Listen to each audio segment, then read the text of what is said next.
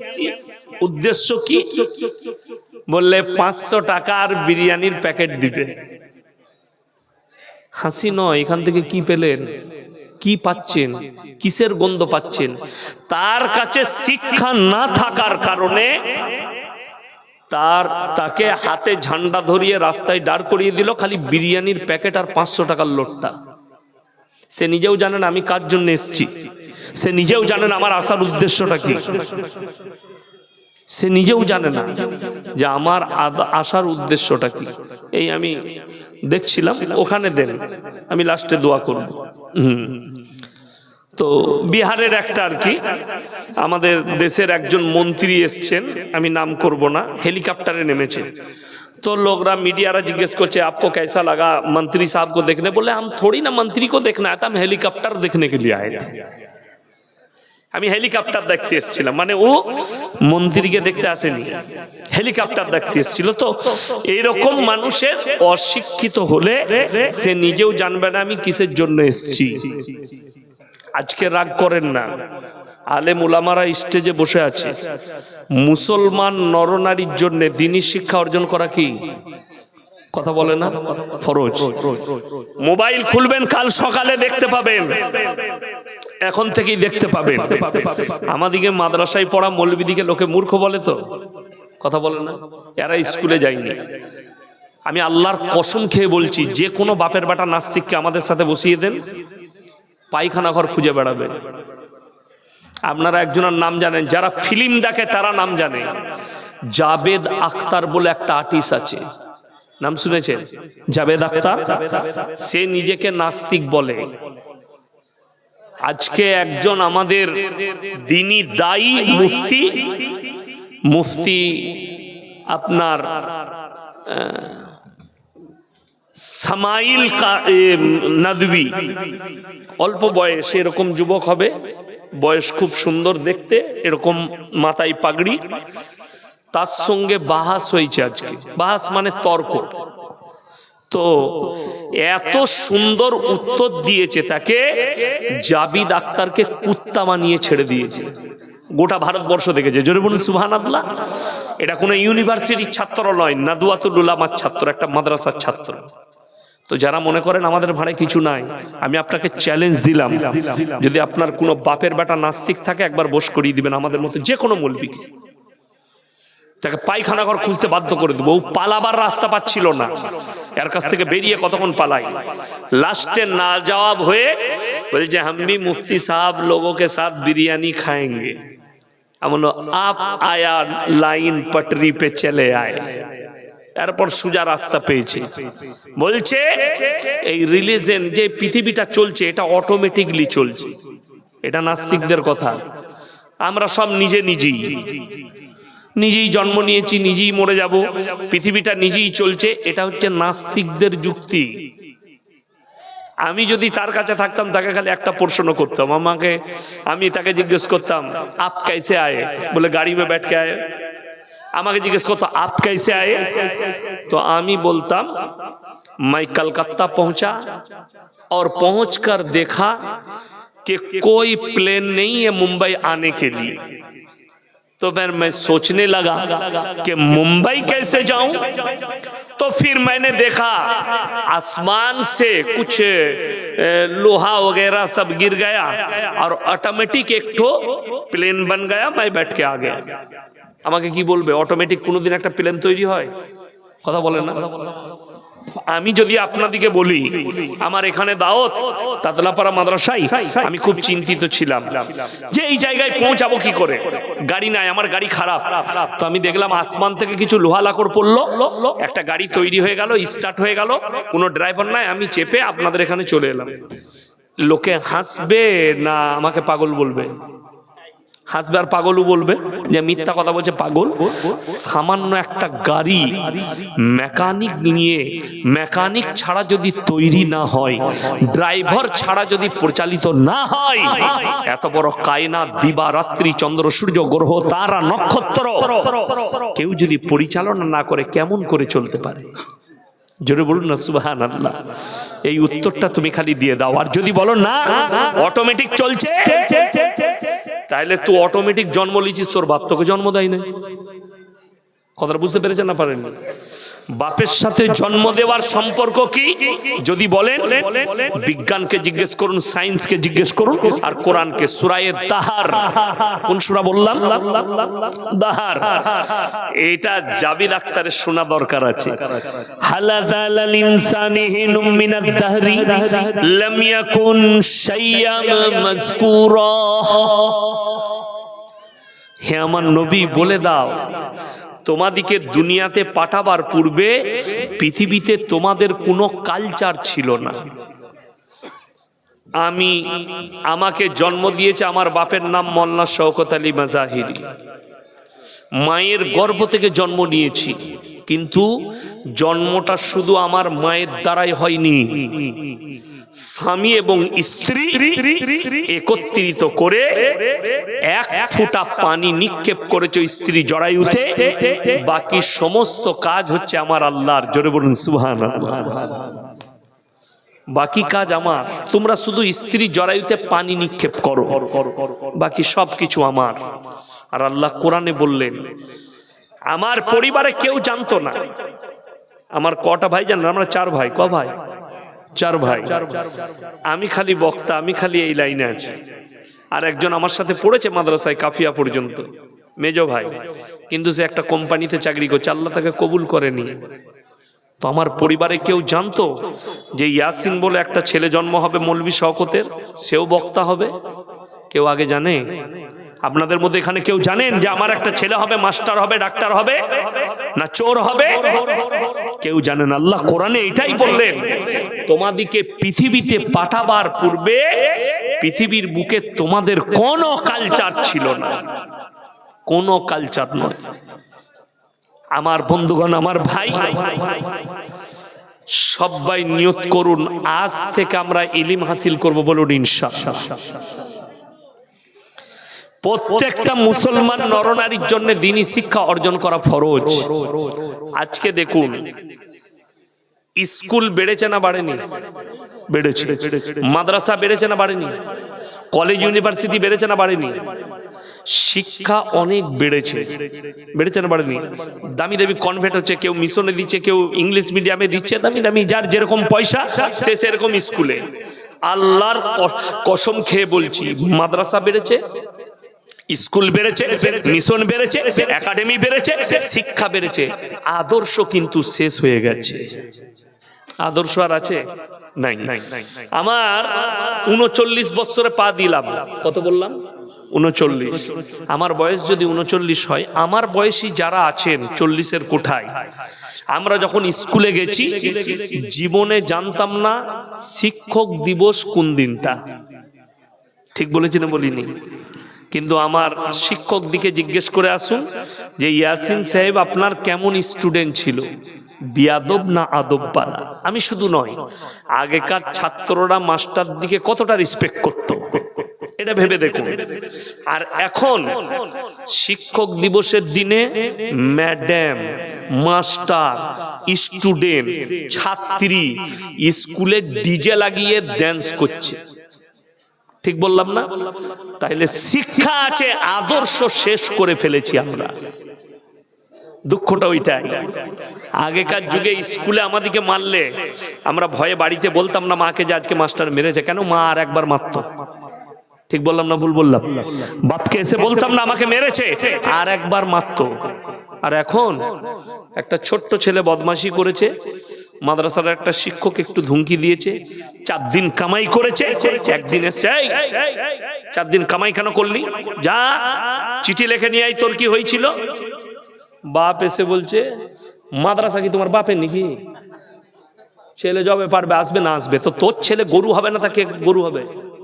আমি লেখেলেন, সেই ছেলেটা অমানুষ তৈরি হবে, অমানুষ। যেহেতু তুমি অমানুষ, তুমি এসে চার্জ করছো শিক্ষককে।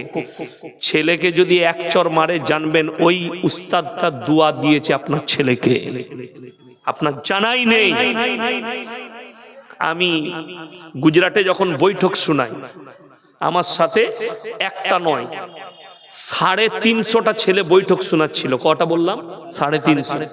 আমি যে মাদ্রাসায় পড়েছি এ বাবু জানে, এ কান্থারিয়ায় পড়েছে। এই যে মাদ্রাসায় পড়তো আমার থেকে বেশি ছাত্র কান্থারিয়া, 5000 ছাত্র ছিল, এখনো আছে।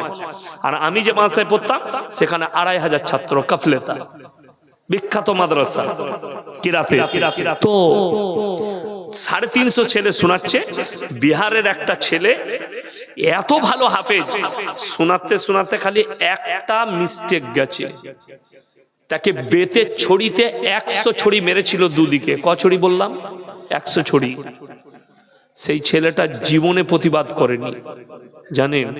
এখন আমি শুনতে পাই, এখন কথা হয়। একদিন দেখা হলো আপনার মুম্বাইয়ে, বললাম ভাই क्या करते? बोले बिहार के एक मदरसा है भागलपुर में, मैं बुखारी पढ़ाता, बुखारी शरीफ पढ़ाई, मुहद्दिस।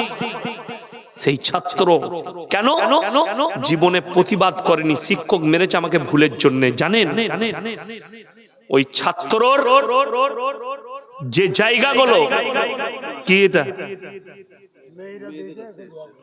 মেয়েরা দিয়েছে, ওদের দোয়া লাগবে না, ওদের যা জিনিস আছে ওরা নিজেরাই দোয়া করে নেবে। ছাড়ো, যাও, মেলা ঘুরলে দোয়া হয়ে যাবে।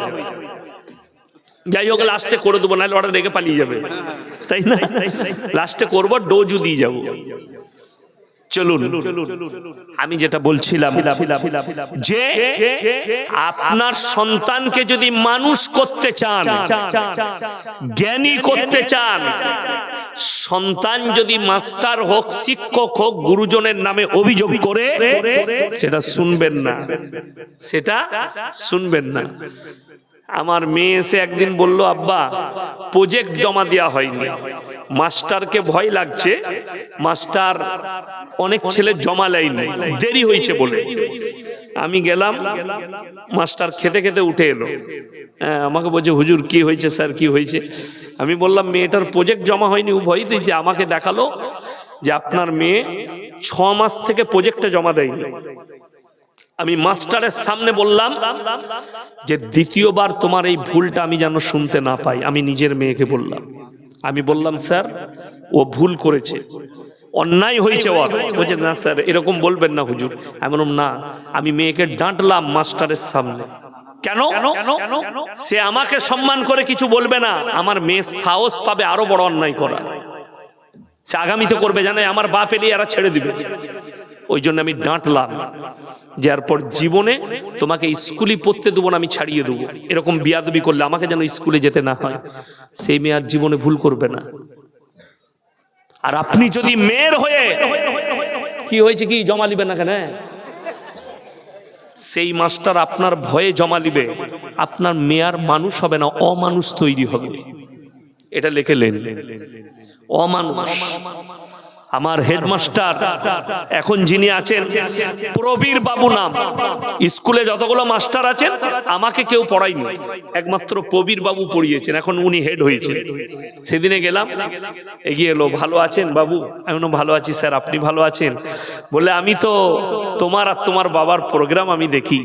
আমাকে মোবাইলে দেখালো, এত মোবাইল খুললি তোমার আর তোমার বাবার প্রোগ্রাম। হিন্দু ব্যক্তি, মাস্টার, খুব ভদ্র, অমায়িক, আমার জীবনের মাস্টার। তিনি কেন সম্মান করে জানেন? পড়ার জীবন থেকে তিনাদিকে সম্মান করেছে, রিসপেক্ট করি, আপনি সম্মান করেন। আর বাবা যারা আছেন মাদ্রাসায় পাঠান আর স্কুলে পাঠান আর যেখানে মিশনে পাঠান, ছেলে যদি অভিযোগ করে ছেলের অভিযোগ শুনবেন না, আগে হাকিকত জানবেন। ছেলের ভুল থাকলে মাস্টারের সামনে এক চড় মারুন, আপনার ছেলে মানুষ হবে। আজকে তো খালি ডিম ভাত খাচ্ছে আর থালা বাজিয়ে ঘর আসছে। সরকার বলে দিয়েছে ভাত পাবে 8 পর্যন্ত, ভাত পাবে না, পাবে না। আমার মেয়ে একটা প্রাইমারি স্কুলে পড়ে, তো খাই না, মাঝে মাঝে দেখছি ডিম নিয়ে। আমি ডিমটা কোথায় পেলি? বলে দিয়েছে স্কুলে। তাই বলে আমি, আমার মেয়ে, ছোট মেয়ে ডিম সিদ্ধ খাই না। আমি বললাম এটা, আমাকে বলে আব্বু তুমি খেয়ে নাও। আমি কোথায় পেয়েছিস? আমি বললাম ও বিড়ালটাকে নাহলে কুকুরটাকে দিয়াই। এইসব খেয়েই তো সব শেষ হয়ে গেল, পড়ালেখা উঠে গেল। ঢোল বাজা, থালা বাজা, ঘন্টা পড়বে, খানা শুরু দিয়ে স্কুলে পড়ালেখা উঠে গেল। এই মৌলবি যারা বসে আছে, আমরা যখন পড়েছি, এখন তো অনেক ভালো মাদ্রাসার সিস্টেম, আপনারা তো অনেক টাকা দিচ্ছেন, তখন আমরা সোজা করে ভালো খাবার পাইনি, পুঁই শাকের ঘ্যাঁট আর ভাত খেয়েছি। এখন তো রোজ মাংস খাচ্ছে বাচ্চারা, অনেক ছেলেরা। ওই জন্যে শুনেলেন, যারা এখানে আছেন মাদ্রাসায় বাচ্চাকে পাঠান না, তারা চরম ক্ষতি করছেন নিজের সন্তানের। ছেলে 10টায় স্কুল যাবে, ফজরের সময় উঠিয়ে মাদ্রাসায় পাঠিয়ে দেন, 2 ঘন্টা 3 ঘন্টা পড়ুক, বাচ্চাটার মধ্যে ইলমিয়াত আসুক, হারাম হালালটাকে জেনে যাক, নামাজের তাকিদটা তার উপরে হোক, কোরআনের শিক্ষাটা তার কাছে হোক। তা না হলে আপনি মরে যাবেন। বড় হওয়ার পরে মৌলবি হায়ার করতে হবে। মৌলবি হায়ার জানেন? বাম মরে গেছে, ফজরের পরে বাপের কবর জিয়ারত করবে, মসজিদের দরজায় দাঁড়িয়ে আছে, নামাজ শেষ, হুজুর বের, হুজুর আমার বাপের কবর জিয়ারত করে যাবেন না? তুই পারবি না, ওকে নিয়ে যাবি। এই সন্তান বাম্মাকে দোষারোপ করবে যে আমার এমন বাম্মা যে আমাদিকে ছোটবেলায় কোরআনের শিক্ষা দেয়নি, দ্বীনি শিক্ষা দেয়নি, যে একটু নামাজটা পড়বো, সূরা মুখস্থ নাই, সূরাটার মুখস্থ হচ্ছে না। জেনে রেখে দিবেন, যেমন একটা তোতা পাখি, তোতা পাখি জানেন তো, তাকে যদি কথা শেখানো হয় শিখে যায় না? যায় না। বাচ্চা ছেলেটা হচ্ছে তোতা পাখির মতন, ছোটবেলায় যেটা দিবেন ব্রেনে বসে যাবে। সব থেকে দুঃখ, ছোটবেলায় বাচ্চাকে তাকে নুরানি কায়দাটা দেখ আর না দেখ, তাকে শিক্ষাটা দেখ আর না দেখ, মায়েদের জ্বলন হবে বলে মোবাইলটা ধরিয়ে দিচ্ছে। তুই গেম খেল, তো মোবাইলে কার্টুন দেখ, ও রান্না বান্না করবে। আপনি বলুন তো, আমরা মানুষ হয়েছি, আমাদের মা দিকে কিছু ধরাতে হয়েছে? আর চ্যালেঞ্জ দিয়ে বললাম, এখন যতগুলো ছেলে জন্ম নিচ্ছে, এখনকার জেনারেশন, যে ছেলেগুলো 10 বছর 12 বছর 15 বছর 20 বছর বয়স, বিয়ের আগে এরা যৌবন হারিয়ে ফেলবে, তার জন্য দায়ী হচ্ছে এই মোবাইল। বিয়ের আগে যৌবন হারিয়ে ফেলবে, আর হারিয়ে ফেলছে। শিক্ষাটা নিয়ে যান, সন্তানের হাতে যারা মোবাইল দিচ্ছেন, মোবাইল নয়, এগুলো এক একটা জাহান্নামের আগুন। বড় কষ্ট লাগে। অনেকজন, যেমন জাবিদ আখতার প্রশ্ন করেছে সেই মৌলী সাহেবকে, কি জানেন? पूरे दुनिया तो अल्लाह ने बनाया, अगर अल्लाह ने बनाया तो गलत सही दोनों अल्लाह ने बनाया, तो जो गलत कर रहा है ये जहन्नम में क्यों जाएंगे? আপনি বলুন, এই মোবাইলটা যে তৈরি করেছে, মোবাইলটা যে ইউজ করবে তার উপরে হারাম হালালের ফতোয়া দাঁড়াবে, না যে তৈরি করেছে তার উপরে ফতোয়া দাঁড়াবে? কথা বলে না। আচ্ছা, ছুরি তৈরি করে না কামাররা?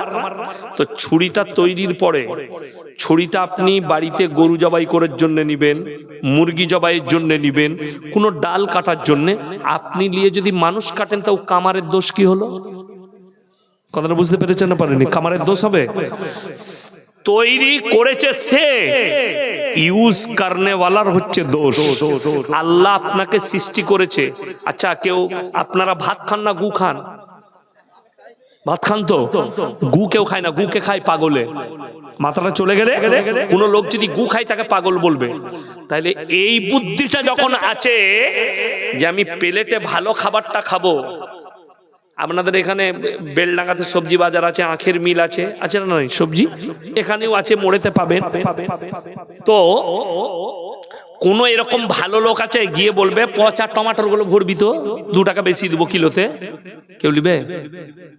তাকে পাগল বলবে লোকে। তুমি বাঁধাকপিটা দেখে নিবে, ফুলকপিটা দেখে নিবে, টমাটোরটা দেখে নিবে, মাছটা দেখে নিবে পেটটা গলা কিনা। তুমি মাছটা চিনতে পারলে পচা কিনা, টমাটো চিনতে পারলে, আর তুমি ভালো মন্দ বুঝতে পারোনি। ওই জন্য অনেক নেমো খারাম কি বলে জানেন? ওয়া তো মৌলী সাহেবরা বলেই দিয়েছে যে আল্লাহ হিদায়ত দিবে, তো আমি হিদায়ত দিলে নামাজ পড়বো। বলে না? এ এক হারামখোর। কি মানে, এদিকে জুতো মারার আর লোক নাই, এটা একটা দল যে আল্লাহ হিদায়েত দিলে নামাজ পড়বো যখন মৌলী সাহেবরা বলেছে। আমার বন্ধুগণ, আল্লাহ গোটা পৃথিবী সৃষ্টি করেছে বৈধ আর অবৈধর জন্য কোরআন আর রাসূলের হাদিস, ঠিক কি না কথা বলেন? তাহলে কোরআন থেকে যখন বুঝতে পারবেন আল্লাহ এই জিনিসটাকে বৈধ করে দিয়েছে, জাহান্নাম আর জান্নাত আছে না নেই? কোরআন শোনাবো আপনাদেরকে। পৃথিবীতে আল্লাহ যা কিছু সৃষ্টি করেছে জুড়া জুড়া, কি বললাম? জুড়া জুড়া। আলাম নাজালিল আরদা মিহাদা ওয়াল জিবালা আওতাদা ওয়া খালাকনাকুম আজওয়াজা। সব আমি জুড়া জুড়া সৃষ্টি করেছি। আমি আল্লাহ খালি বিজোড়, আসমান আর জমিন, স্থল আর পানি, নারী আর পুরুষ, ভালো আর মন্দ, কালো আর সাদা, উঁচু আর নিচু, সব আমি জুড়া জুড়া করেছি। আমি আল্লাহ খালি বিজোড়। জোরে বলুন সুবহানাল্লাহ। সব জোড়া জোড়া, আমি আল্লাহ খালি বিজোড়। তাহলে ভালোটাও আছে মন্দটাও আছে। তোমার বিবেক যখন বলছে, দেখুন আপনি খাবার খেতে, আমরা দস্তরখানে বসলে বিবি অনেকগুলো তরকারি দেয় না, দেয় না? আমি মেহমান এসছি, আমাকে এক তরকারি দিয়ে ভাত দেবেন না, মেহমানকে 3-4টা তরকারি দেন, 4-5টা তরকারি দেন। এরপর মেহমানকে বললেন, যারা মেজবান থাকে তারা কি বলে, ভাই একটু মাংসটা দিই, ভাই একটু বেগুন ভাজিটা দিই। এরপর যে মেহমান থাকে সে বলে, না বেগুন ভাজি খাবো না, দাদা আমাকে মাংস দেন না, ভাই আমাকে মাছ দেন। সে তার পছন্দ মতো খাই না, খাই না, খাই। তাহলে তোমার ব্রেন যখন এটা বলছে এই মাংসটা আমার জন্য ভালো হবে, তাহলে তুমি যখন নিজেকে মুসলমান বলছো, আল্লাহর কিতাবকে ফলো করবে, রাসূলের আদর্শকে ফলো করবে, তখন তুমি ভালো মন্দটা বুঝতে পারছো না। তুমি খাবার বেলায় বুঝতে পারছো, পেটে ভরার বেলায়, আর আমল করার বেলায় বুঝবে না। এইটাই হচ্ছে দুঃখের বেদনা। সকল ভাইকে বলবো, নিয়ত করুন আমরা আমাদের বাচ্চাদিকে দ্বীনি শিক্ষা দেবো। জোরে বলুন ইনশাআল্লাহ। প্রত্যেকটা নারী পুরুষের জন্য দ্বীনি শিক্ষা অর্জন করা ফরজ। বাচ্চা যদি অভিযোগ করে, বাচ্চাকে এক চর মারুন, ঘুরিয়ে শিক্ষককে মারতে যাবেন না। আপনার ছেলেটা গরু না হলে গাদা হবে। আমি মৌলবি শওকতের বেটা মৌলবি ইয়াসিন বলে গেলাম, কাগজে লিখে রান, লিখেলেন, আপনি মরণে ওয়া দিতে হবে না। ও মরার সময় কলমা পড়ে লাভ নাই, ভাই ভুলে গেছে। যাই হোক, ও চলবে, বিনা বেজবালাই মালামি, কি বুঝলেন? আমি যেটা বলছি, প্রত্যেকটা ভাই এরপর নিয়ত করুন আমরা মুমিন হব। জোরে বলুন ইনশাআল্লাহ। আমি সব জায়গায় বক্তব্য এখন দিতে একটু দ্বিধাবোধ করছি, কেন জানেন? গাল খাওয়া লোক আমি। মোবাইলটা খুলে কারা গাল দিচ্ছে?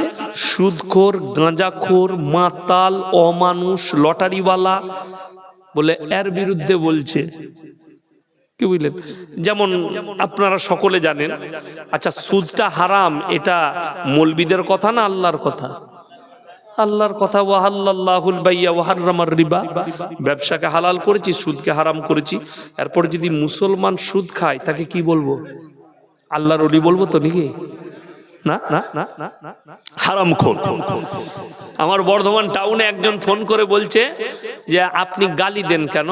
আমি বললাম কই গালি তো দিই নাই। আচ্ছা, আপনারা আমার জলসা শুনেছেন না শুনেন মোবাইলে? আমি মা বোন তুলে কেউ কি গাল দিয়েছি?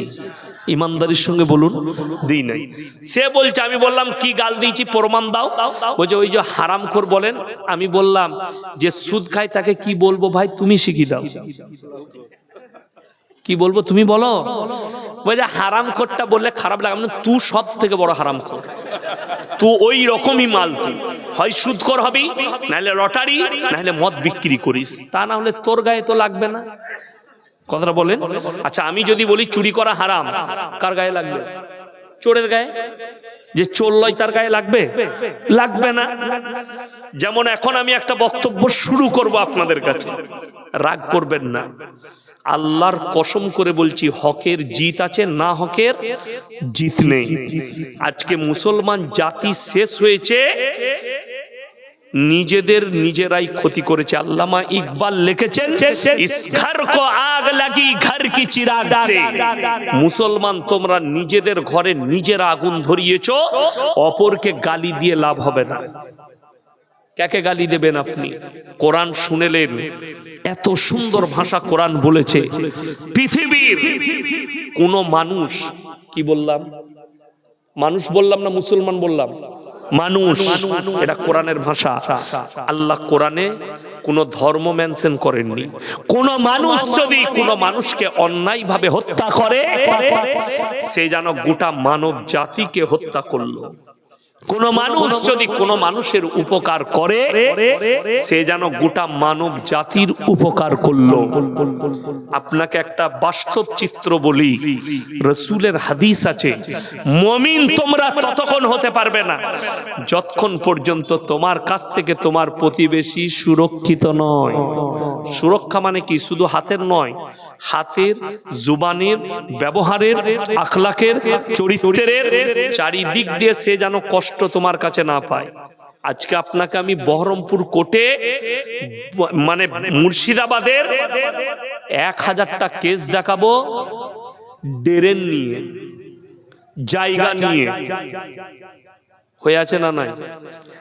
পাশাপাশি দু ভাই বাড়ি করছে, ও 1 ফুট ছেড়ে করেছে, ই বলছে আমি 2 ফুট ছাড়বো না, আমি 8 ফুট ছাড়বো, 9 ইঞ্চি। বলছে মধ্যে দিয়ে একটা ড্রেন যাবে, বড় ভাই বলছে যেতে দেবো না, ছোট ভাই বলছে দেবো। তাহলে কি করবি? মারামারি, কোর্টে মামলা। সে মামলা এখনো চলছে। আচ্ছা বলুন তো, মরে যাওয়ার পরে ওই জায়গাটা ও সাথে করে নিয়ে যাবে তো কবরে? হাই আল্লাহ! মুসলমান, আমি বললাম না যে নিজের ঘরে নিজের আগুন ধরা, অথচ রাসূল বলেছে তারা মুমিনই হতে পারবে না।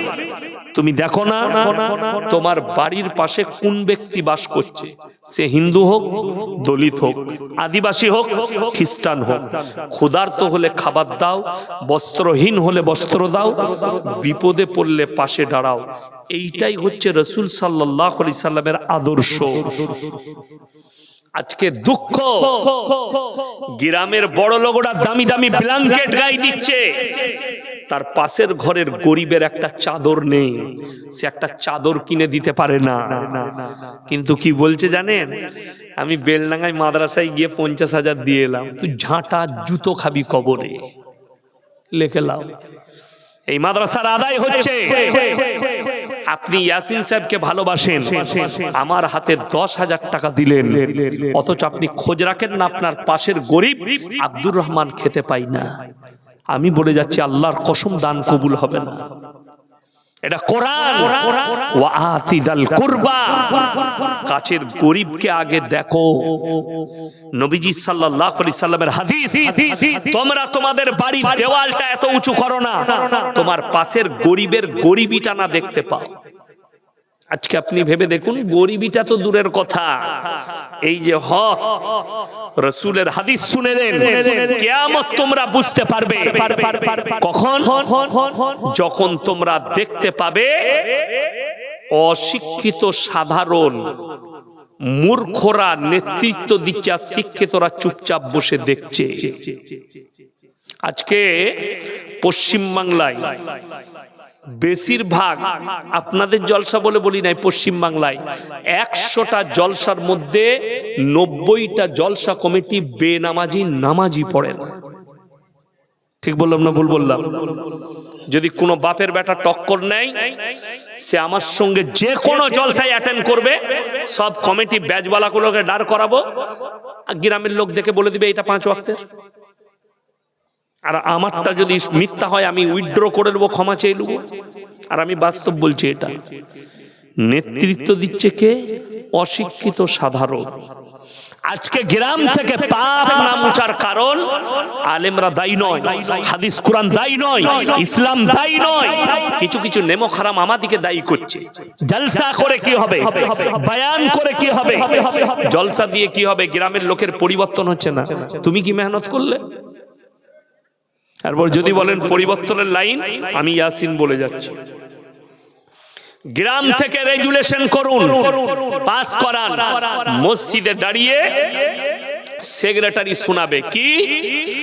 যে লোক সুদ খাবে, সুদের ব্যবসা করবে প্রকাশ্যে, তার কোনো চাঁদা মসজিদে নেওয়া হবে না, ইমামকে ভাত দিতে পাবে না, তাকে আমরা সমাজে মিশতে নেব না। আমি বলছি কাল কি সুদ ছাড়বে? রাজ্যটার নাম হচ্ছে মধ্যপ্রদেশ, শহরটার নাম ইন্দোর। আমি দুবার জলসা করেছি ইন্দোরে, বাঙালিদের জলসা। 10-12 হাজার শ্রোতা হয়, দারুণ খাবার খাওয়াই। আমি দুবার জলসা করেছি। যাই হোক, ওই মধ্যপ্রদেশের সমস্ত আলেমরা, দেওবন্দি, আহলে হাদিস, বেরেলি, যত তবকার মৌলবি আছে এক কাছে বসে তারা মিটিং করে ফাইসালা করেছে, কোন মুসলমান বেটার বিয়েতে যদি পণ নেই, বেটার বিয়েতে যৌতুক নেই, বেটার বিয়েতে বিটির বিয়েতে গান বাজনা করে, অশ্লীল কাজ করে, সেই নিকাহ কোন মৌলবি পড়াবেন। গোটা মধ্যপ্রদেশে যৌতুক বন্ধ হয়েছে, গান বাজনা বন্ধ হয়েছে, আলেমদের আদেশে চলছে সুন্নত তরিকায়।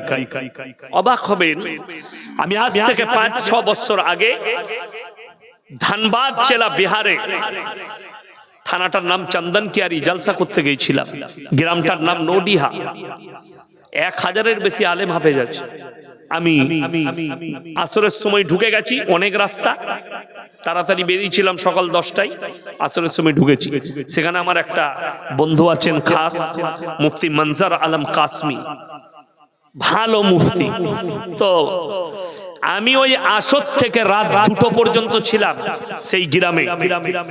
তারপরে আমি আসার সময় মুফতি সাহেবকে বললাম, ভাই মেরে কো ইতনা আচ্ছা লাগা। কি হয়েছে, কি হয়েছে বলতো? কিছু হয়েছে? আমার বাপের ডায়লগ শোনা নাই, বিয়ে দিয়ে দেবো, কেঁদে মরে যাবে।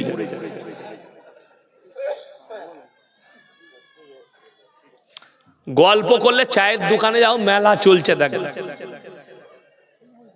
এইখানে কথাবার্তা বলো না। এমন ছিলা ছিলব, জীবন আমাকে দাওয়াত দিবি না। হ্যাঁ, আমি খুব নরম লোক, গোলমাল করলে কিন্তু ছাড়বো না। তো সেই গ্রামে আমি তাকে জিজ্ঞেস করলাম, বিশ্বাস করুন রাত 2টো পর্যন্ত রাস্তায় প্যান্ডেলে একটা 10 বছরের বাচ্চা মেয়েকেও আমি দেখতে পাই, গোটা গ্রামে রাস্তায়। তো আমি জিজ্ঞেস করলাম, ভাই आपका गांव का महल इतना अच्छा क्यों है? कोई औरत नहीं दिखी, यहां तक के एक बच्ची भी नहीं दिखी। তিনি কি বললেন জানেন? আমাদের গ্রামের নেতৃত্ব যারা দেয় তারা হচ্ছে উলামায়ে দ্বীন, ইমাম, আলেমরা। পরিবেশ তারা তৈরি করে। বিশ্বাস করুন, গ্রামের পরিবেশ তৈরি করতে চাইলে ইমামকে নেতা হিসাবে সিলেক্ট করুন, আলেমদিকে নেতা হিসাবে সিলেক্ট করুন, গ্রামের পরিবেশ তৈরি হবে। আর যদি গাঁজাখোর মাতালকে নেতা ভাবেন, তো জিনা করার, গাঁজা করার মাতাল আর গুটকাখোর ছাড়া কিছু তৈরি হবে।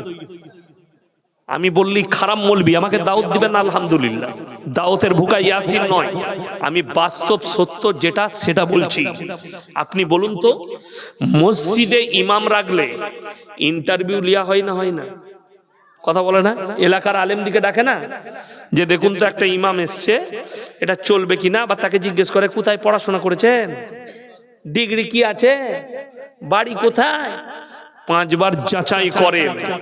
একটা ইমামের এত ইন্টারভিউ হয়, অথচ মসজিদ কমিটি তৈরি করলে সুদ খেয়ে বড় লোক হোক, লোকের মেরে নিয়ে হোক, চুরি করে হোক, পয়সা থাকলেই সে কমিটি। রাগ করে না, বাস্তব বলছি।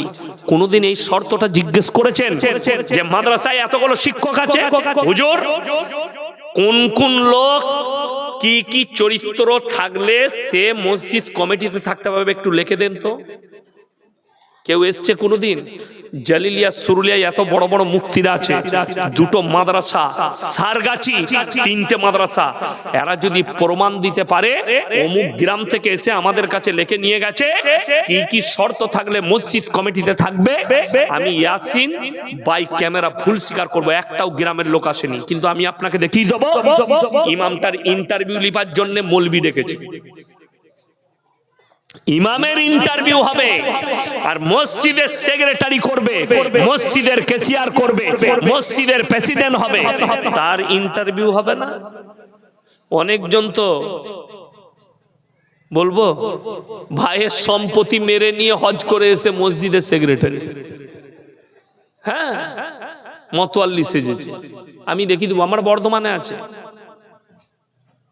অবাক করার তথ্য দিচ্ছি, একটা নার্সভূমে বর্ধমানে একজন মারা গেছে, আমি কোন গ্রামের বলবো না, কিন্তু বর্ধমান টাউনে ঘটনাটা ঘটেছে।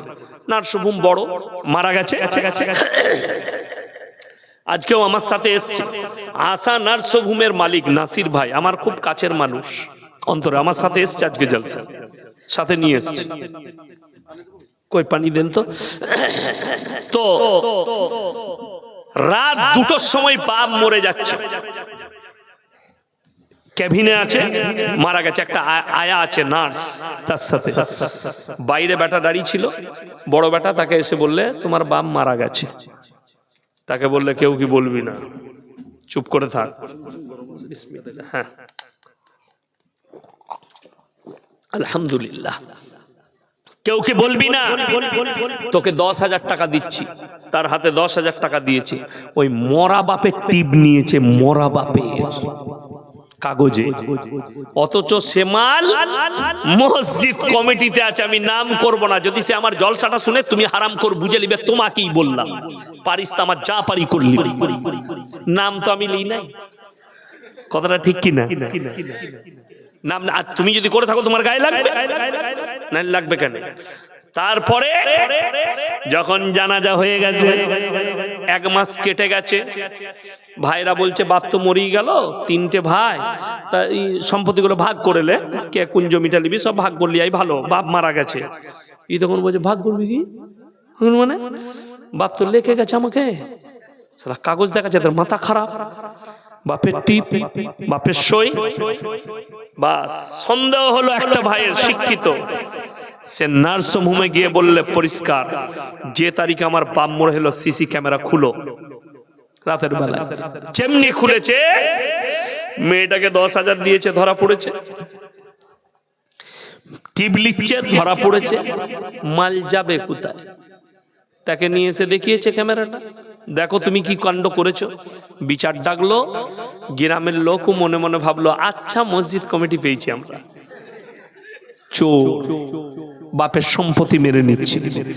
ওই জন্য বলে দিই শুনেন, আজকে আমাদের সমাজ ব্র্যান্ড চিনতে পারেনি। ব্র্যান্ড মানে বুঝেন, ব্র্যান্ডেড মাল, কি বুঝলেন? ঘড়ি পড়ে আছে, এই ঘড়িটা কোথাকার কে বলতে পারবে? এই ঘড়ি আমাদের দেশের নয়, এটা সৌদি আরবের ঘড়ি। আমাকে একজন গিফট করেছে, হযরত মাওলানা জাকারিয়া সাহেব রহমতুল্লাহ আলাই, কাঁটা দিঘি মাদ্রাসার, মহিলা মাদ্রাসার যিনি সেক্রেটারি, উনার ছেলে আমাকে এটা গিফট করেছে। তো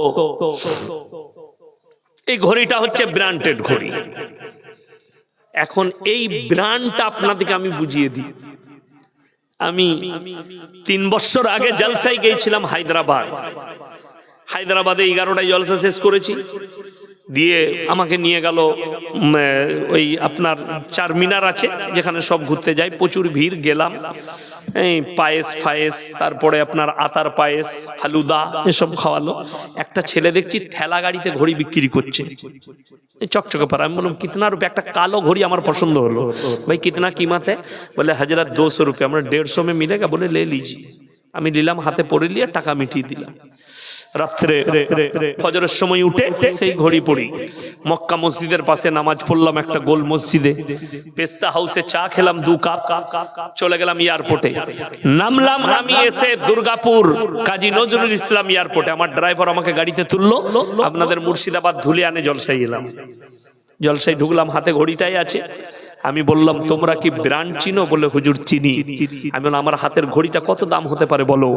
একজন বললে হুজুর 25,000 টাকা, একজন বললে হুজুর 17,000, একজন বললে 2500, একজন বললে 3,000, একজন বললে 1200, একজন বললে 1500। যতজন দাম বলেছে সবাই ঠিক বলেছে, ভুল কেউ বলে। কেন বলুন তো?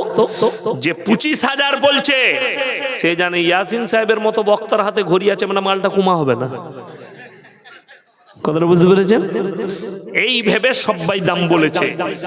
লাস্টে আমি বললাম বাবা ঘড়িটার দাম 150 টাকা, যদি কেউ 25,000 টাকায় নিতে চাও তো আমি খুলে দিচ্ছি, টাকাটি আমাকে দাও। অত দিতে হবে না, 10 দিলেই হবে। আমি জানি 150 মাল 10-এ গেলে অনেক লাভ, তাই না? কিন্তু দুঃখের বিষয় আমি বললাম আসল বাঁশটা দিই নাই, দাঁড়ান বাঁশটা দেব। এখন তো আমি হাসির মজাকে বুঝাচ্ছি, একটা গরিবের ছেলে আপনাদের গ্রামে সকালবেলায় যদি ছিঁড়া প্যান্ট পরে বাজারে যায়, চায়ের দোকানে 10টা লোক বসে থাকলে বলবে, আরে এ তো গরিবের ছেলে, ও পয়সা নেই। বলবে না? বলবে না? খেটে খায়, আর বাপ কাজ করে, গরিবের ছেলে। ওই ছিঁড়া প্যান্টটা ওর কাছ থেকে নিয়ে শাহরুখ খানকে পরিয়ে দেন, ওরে বাবরে কোথায় দারুণ মালবে, কোন দোকানে পাওয়া যাবে বলতো? লোকটা পাল্টালো, মালটার দাম পাল্টি গেল। ছিঁড়া প্যান্ট। অথচ রাসূলের হাদিস শুনেলেন, বর্বরতার যুগের পাপগুলো কিয়ামতের পূর্বে মডেলিং হয়ে ফিরে চলে আসবে। তার একটা দলিল শুনবেন, এই দলিলটা দিলে অনেক হারামখোরের গায়ে লাগবে। কেমন বলে দিই, এমন একটা যুগ ছিল, আদিম যুগের ঘটনা পড়েছেন না পড়েননি? পড়েন না আদিম যুগের ঘটনা? কি লেখা আছে ইতিহাসে? মানুষ আগে বাঁদর ছিল, তারপরে উন্নতি লাভ করে। তা আমি খালি চিন্তা করছি, আল্লাহ, কলকাতা আলিপুর চিড়িয়াখানায় এতগুলো বন মানুষ আছে, 30 বছরও একটা মানুষ করতে পারলেন। তার মানে ইতিহাসটা যে লিখেছে এমনি লেখে নাই, 14.5 কেজি গাঁজা খেয়ে লিখেছে। বান্দর আলাদা সৃষ্টি, ইনসান আলাদা সৃষ্টি, অথচ ইতিহাসে লিখে দিয়েছে বান্দর থেকে মানুষ হয়েছে। যা বুঝে করগা, তোরা খুঁজে বেড়া মাল কোথায় আছে। যাই হোক, মানুষ আগে কাপড় পরতে জানতো না, ঠিক কিনা? এরকম ব্র্যান্ডের কাপড় ছিল, এরকম লুঙ্গি ছিল। মানুষ গাছের ছালের কাপড় করে পরতো, বস্তার মতো পরতো, উলঙ্গ থাকতো, ছিঁড়া কাপড় পরতো। এটা ছিল বর্বরতার যুগে। অনেক মহিলা, অনেক মানুষ ন্যাংটো ঘুরে বেড়াতো, যারা বর্বর ছিল, যারা জিনায় লিপ্ত থাকতো। আর এখন যে যত বেশি ন্যাংটো হবে সে তত বেশি মডেলিং। এটা আখরি জামানা। ঠিক বললাম না ভুল বললাম? যে যত ন্যাংটো হবে সে তত মডেলিং। ওই জন্যই তো আমাদিকে বলে এরা মৌলবি সাহেব, বিশ্বাস করুন, পর্দার কথা কেন বলি জানেন? আপনারা বুঝতে পেরেছেন। এত বড় অন্যায় কাজ করেছে কোথাকার বিহারের মুখ্যমন্ত্রী, একটা নারীর হিজাব ধরে টেনেছে, তার মুখটা দেখবো বলে। শাহ আতাউল্লাহ বুখারী রাহমাতুল্লাহ নাম শুনেছেন তো? আলেমরা চিনেন। শাহ আতাউল্লাহ বুখারী রাহমাতুল্লাহ আলাইহির দরবারে একজন 75 বছরের মহিলা এলেন, পর্দায় দাঁড়িয়ে আছেন। তিনি বললেন, मैं आपके मुरीद होना चाहती हूं, আমি আপনার কাছে বায়েত হব। তো শাহ আতাউল্লাহ বুখারী রাহমাতুল্লাহ আলাইহি উত্তর দিলেন, अरे तुम 75 साल की बुड्ढी हो और मैं 75 साल का बुड्ढा हूं, लेकिन जवानी कभी बुढ़ा पर नहीं आती। जवानीটা বুড়োই না, মানুষ বুড়িয়ে যায়, যৌবনটা শেষ হয়ে যায়, তার দিলেতে যে যৌবনটা থাকে সেটা বুড়োই না। তো ও হারাম করে এখনো বুড়োই নাই, ওর ভেতরে যৌবনটা চেগিয়ে আছে। তার একটা বিয়ে কর। কে মানা করেছে তোকে? 4-5টা করেলে সকালবেলায় একজনের মুখ দেখবি, রাতের বেলায় আর একজনের দেখবি, তাদেরকে ন্যাংটো করে রেখে দে তোর যদি দরকার থাকে। কিন্তু দুঃখের বিষয় জানেন আপনারা, আরবের একটা শেখদের দুবাইয়ে তার বিবি শখ করেছে যে আমি আইল্যান্ডে বিকিনি পরে ঘুরবো। তার শখ, তার বিবি। সে দেখলে বিবির শখ পূরণ করতে হবে, পুরো একটা আইল্যান্ড কিনে নিয়ে খালি করে দিলে আইল্যান্ডটা কেউ থাকবে না, তুমি আর আমি বলে, এরপর ঘুরে বেড়া ন্যাংটো হয়ে দেখি। তার বিবির শখ মিটিয়ে গেল। সে তো চাইছিল দলের মাঝে ঘুরবো, এই পুরো আইল্যান্ডটা কিনে নিয়েছে, পুরো আইল্যান্ডটা পুরো খালি করে দাও আমার। তারপর বউকে বলে, তোকে বাগে খাবে না ভালুকে, তুই ন্যাংটো ঘুরে বেড়া। বড় কষ্টের বিষয়, ইসলামের একটা মারাত্মক চ্যাপ্টার হচ্ছে পর্দা, নারীদের একটা মারাত্মক চ্যাপ্টার হচ্ছে পর্দা। এরপর কারোর মধ্যে যদি মানুষত্ব না থাকে আপনি কি করবেন? রাসূলের হাদিস আমি এক্ষুনি শোনালাম, যখন তোমরা দেখবে কিয়ামত কাছে অশিক্ষিত মূর্খরা দেশ চালাবে আর শিক্ষিতরা চুপচাপ বসে দেখবে। এইরকম মূর্খ মুখ্যমন্ত্রী হলে সে তো মানুষের নারীদের হিজাব ধরে টানবে। কেউ কেউ বলছে ও তো সির্ফ কাপড়া কো হটায়া, কাপড়টা ধরে টেনেছে। সেই হারামখোরকে বলবো তোর মা বাজারে থাকবে আর আমি খালি কাপড়টা এরকম করে ধরে টেনে দেবো, তাহলে কোনো হবে না? কত বড় কথা যে কাপড়টা ধরেছে। এই ব্যক্তিটাকে জেলের কুঠরিতে ভরে দেওয়া দরকার। শুনলেন, ইসলামী শাসন হলে হত্যা করার হুকুম ছিল। আজকে দেখলেন কত দুঃখের বিষয়। আপনারা দেখেছেন বাংলাদেশে কোনো এক হিন্দুদের ছেলে, নামটা আমি জানি না, সেই ছেলেটা ইসলামকে কুর্তি করেছে, কোনো কথা বলেছে, কি বলেছে সেটাও আমি দেখিনি, খালি মোবাইলে কার রাতে যেতে যেতে দেখলাম মুসলমানরা তাকে উল্টো টাঙ্গিয়ে আগুন ধরিয়ে দিয়েছে, পুড়িয়ে মেরে দিয়েছে। যদি জিজ্ঞেস করেন এটা মারাত্মক অপরাধ করেছে। যদি বলেন ইসলামকে গালি দিয়েছে, ইসলামকে গালি এরা তো দূরের কথা। যারা বাংলাদেশের মুসলমান আছেন, আমার ভারতের মুমিন ভাই আছেন, দিনী ভাই যারা আমার বক্তব্য বাংলাদেশে শুনেন, দেশ বিদেশের, অনুরোধ করে বলছি কালকে আমার এই জলসাটা ছুটবে গোটা পৃথিবীতে, শুনে যান। তাহলে তোমরা নবীজি সাল্লাল্লাহু আলাইহি সাল্লামের বিজয়ের হাদিসগুলো পড়ে নাও। যেদিনে নবীজি মক্কা বিজয় করেছেন, সেই দিনে সাহাবীরা তলোয়ার নিয়ে দাঁড়িয়ে গেছে। আজকে আমরা বদলা লব। আম্মার ইবনে ইয়াসিনের মায়ের দু পায়ে উট বেঁধে দুদিকে তাড়িয়ে দিয়েছে কাফেররা, আখ ফারার মতো ফারা গেছে। হযরতে উসমানে গনি রাদিয়াল্লাহু তাআলা আনহুকে 40 দিন হাত পা বেঁধে গরম বালুতে ফেলে রেখেছে, পানি দেয়নি। হযরতে উমর ফারুক রাদিয়াল্লাহু তাআলা আনহুকে ফজরের নামাজে ভুজালি মারা হয়েছে। সাইয়েদনা বেলাল হাবশী রাদিয়াল্লাহু তাআলা আনহু কোমরে দড়ি বেঁধে উটের পেছনে বাঁধা হয়েছে, ছেঁচুড়ে ছেঁচুড়ে গেছে। নবীজি কোরআন পড়ছেন কাবা ঘরের ভেতরে, বেঈমানরা বাইরে তাবলীগ করছে, কি বলে জানেন? ওয়াকালাল্লাযীনা কাফারু লা তাসমাউ লিহাযাল কুরআন ওয়ালগাউ ফীহি লাআল্লাকুম তাগলিবুন।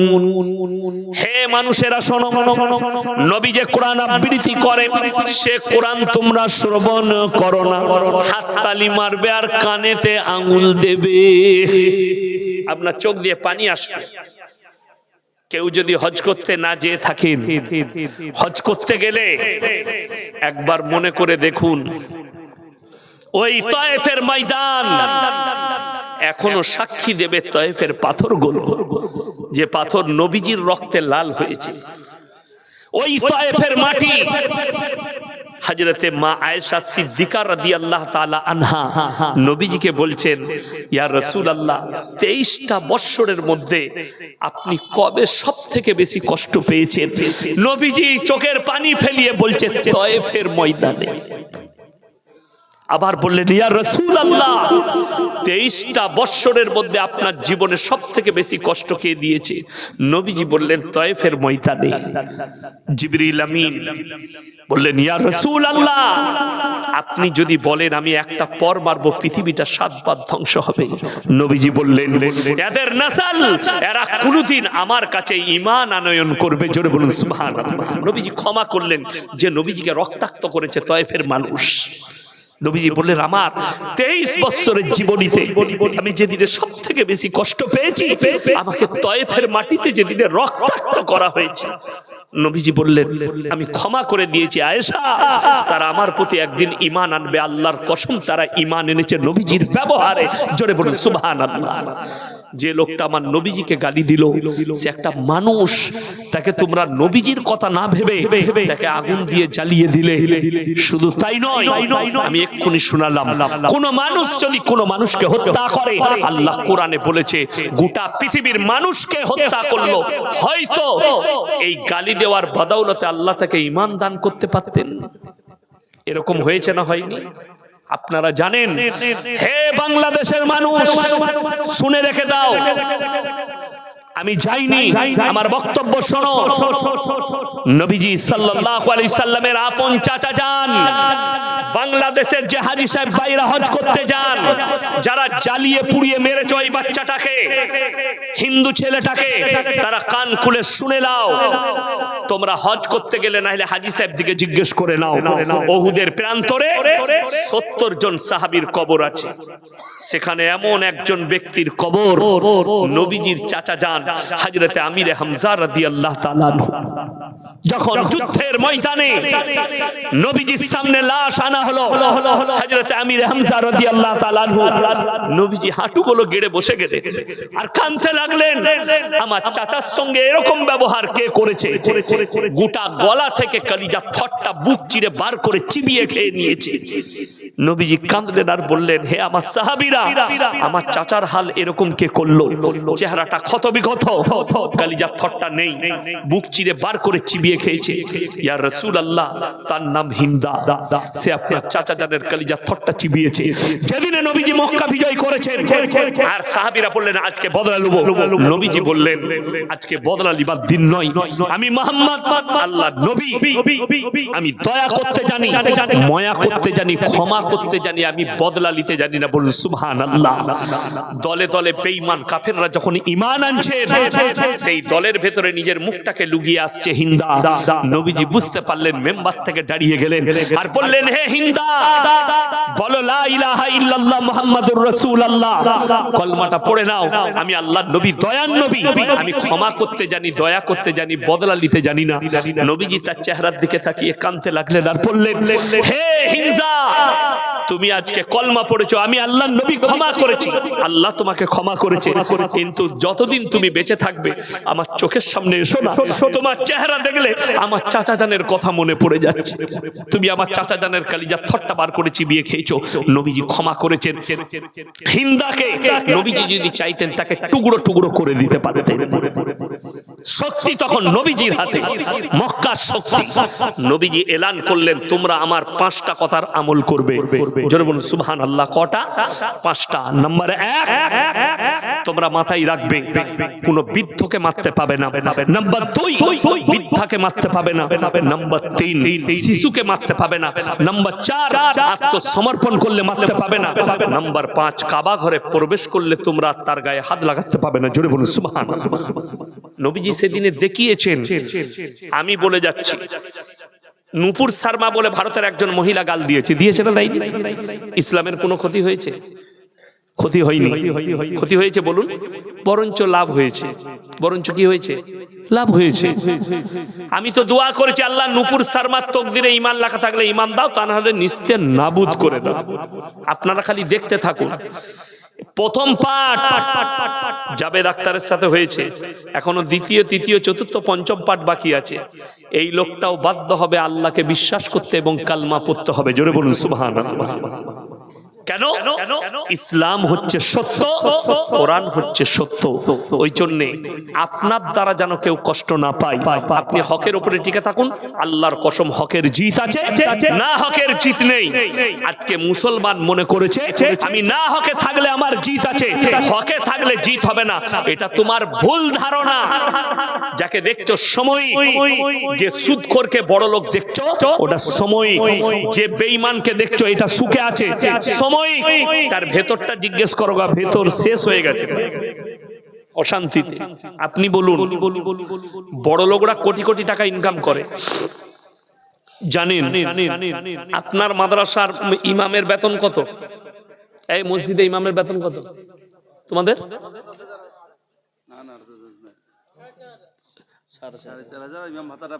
ইমাম ভাতারা পায় আর 4,500। নামাজ হবে না, 100% নামাজ হবে না। যা পারবে করো, আমার যা পারলে করে লাও। যদি তোমার মুফতি থাকে ফতোয়া নিয়ে আসবে। আমি বলে যাচ্ছি নামাজ হবে না। যাই হোক, 4,500 বেতন আমাদের মৌলবীদের সব থেকে কম বেতন সমাজে।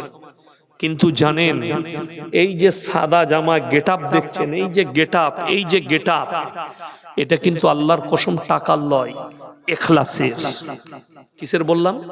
ইখলাসের। যদি বলেন হাদিস শুনান, নবীজির হাদিস, যারা আল্লাহর রাস্তায় দিনের পথে থাকবে আল্লাহ মৃত্যুকাল পর্যন্ত ইজ্জতের রুজি দান করবেন। জোরে বলুন সুবহানাল্লাহ।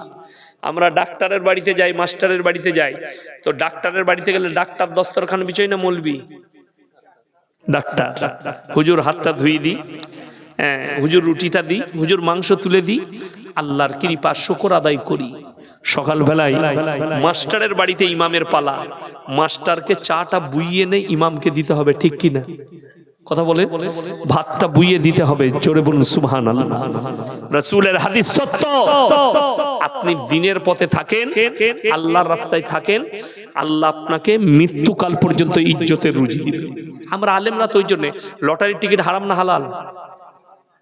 প্রত্যেক দিন টোটো চালিয়ে 1000 টাকা ইনকাম করছে, হারাম করে 500 টাকা লটারি কাটে। লটারি যদি হালাল হতো আমরা মৌলবীরা তো রোজ একটা করে কাটতাম। যেদিনে 1 কোটি লেগে যাবে তুই মসজিদ বুঝে লিখে আমি ঘর চললাম। কথা বুঝতে পারেননি? হারাম বলি তো আমরা কাটতে পারি না, এটার উপরই সন্তুষ্ট প্রকাশ করি, তোমার জানা নাই। তাইলে মুসল্লিদিকে বলতাম ফজরের নামাজ পড়ি বিসমিল্লাহ বলে সূরা ইয়াসিন পড়ে একটা চালিয়ে দিবি, এক ঘর 1 কোটি।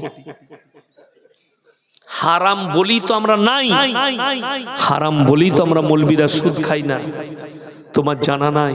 যদি সুদটা হালাল হতো তো মৌলবীর জন্যও হালাল হতো না? হতো না? হালাল হতো। লটারিটা হালাল হলে তো মৌলবীর জন্যও হতো, মদটা হালাল হলে তো মৌলবীর জন্যও হতো। যখন এদের জন্য হারামটা আমি মুসলমান, আমার জন্য কি করে হালাল হতে পারে? শুনেলে রাসূল সাল্লাল্লাহু আলাইহি সাল্লামের হাদিস, কিয়ামতের পূর্বে রাতের বেলায় মানুষ শুবে, সকাল বেলায় চেহারাটা বাঁদর না হলে শুয়োরের মতো হয়ে উঠবে, খিনজিরের মতো। নবীজি সাহাবীরা কাঁদলেন, ইয়া রাসূলুল্লাহ তারা কি পাপ করবে যে এরকম হবে? নবীজি বললেন, তারা যতগুলো দুনিয়ার পাপ থাকবে হালাল মনে করে করতে শুরু করবে। সুদখোর জানে হারাম, সুদ খাচ্ছে, কিয়ামতের পূর্বে সেই সুদখোরদের চেহারাটা দুনিয়াতেই শুয়োরের মতো হবে, না হলে বাঁদরের মতো। রাতের বেলায় শুবে, সকালে উঠে আয়না দেখবে শুয়োরের মতো হয়ে গেছে। কিয়ামতের আলামত এটা, মাথায় রাখবেন। সবাই হারাম জিনিস থেকে বাঁচবো, জোরে বলুন ইনশাআল্লাহ। দাজ্জাল আসার সময় হলে মানুষ বুঝতে পারবে যখন হারাম জিনিসকে হালাল করে নিয়েছে। মুসলমান, আপনি হারামকে হালাল করে নিচ্ছেন, হারামকে হালালকে হারাম আর হারামকে হালাল করে নিচ্ছেন, কি করে হতে পারে? আপনি জানেন না যে হালাল হলে মৌলবীরা আগে ইউজ করত?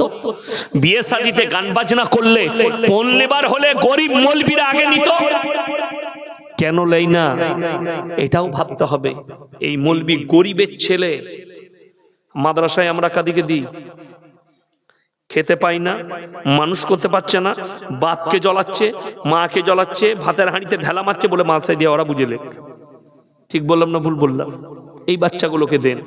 এই গরিবের বাচ্চা, যে বেচারা ভিক্ষা করে খায়, মাদ্রাসায় দিয়েছে, আলেম হাফেজ হয়েছে, সে যখন আলেম হাফেজ হয়ে মসজিদে 10,000 বেতন পাচ্ছে, সে তো দাবি করতে পারে আমি যখন 10,000 টাকা ইনকাম করি, আমাকে একটা ভালো অ্যাপাচি বাইক লাগবে, 5 ঘড়ি সোনা লাগবে, 10 লাখ টাকা লাগবে। মৌলবীরা করতে পারে না।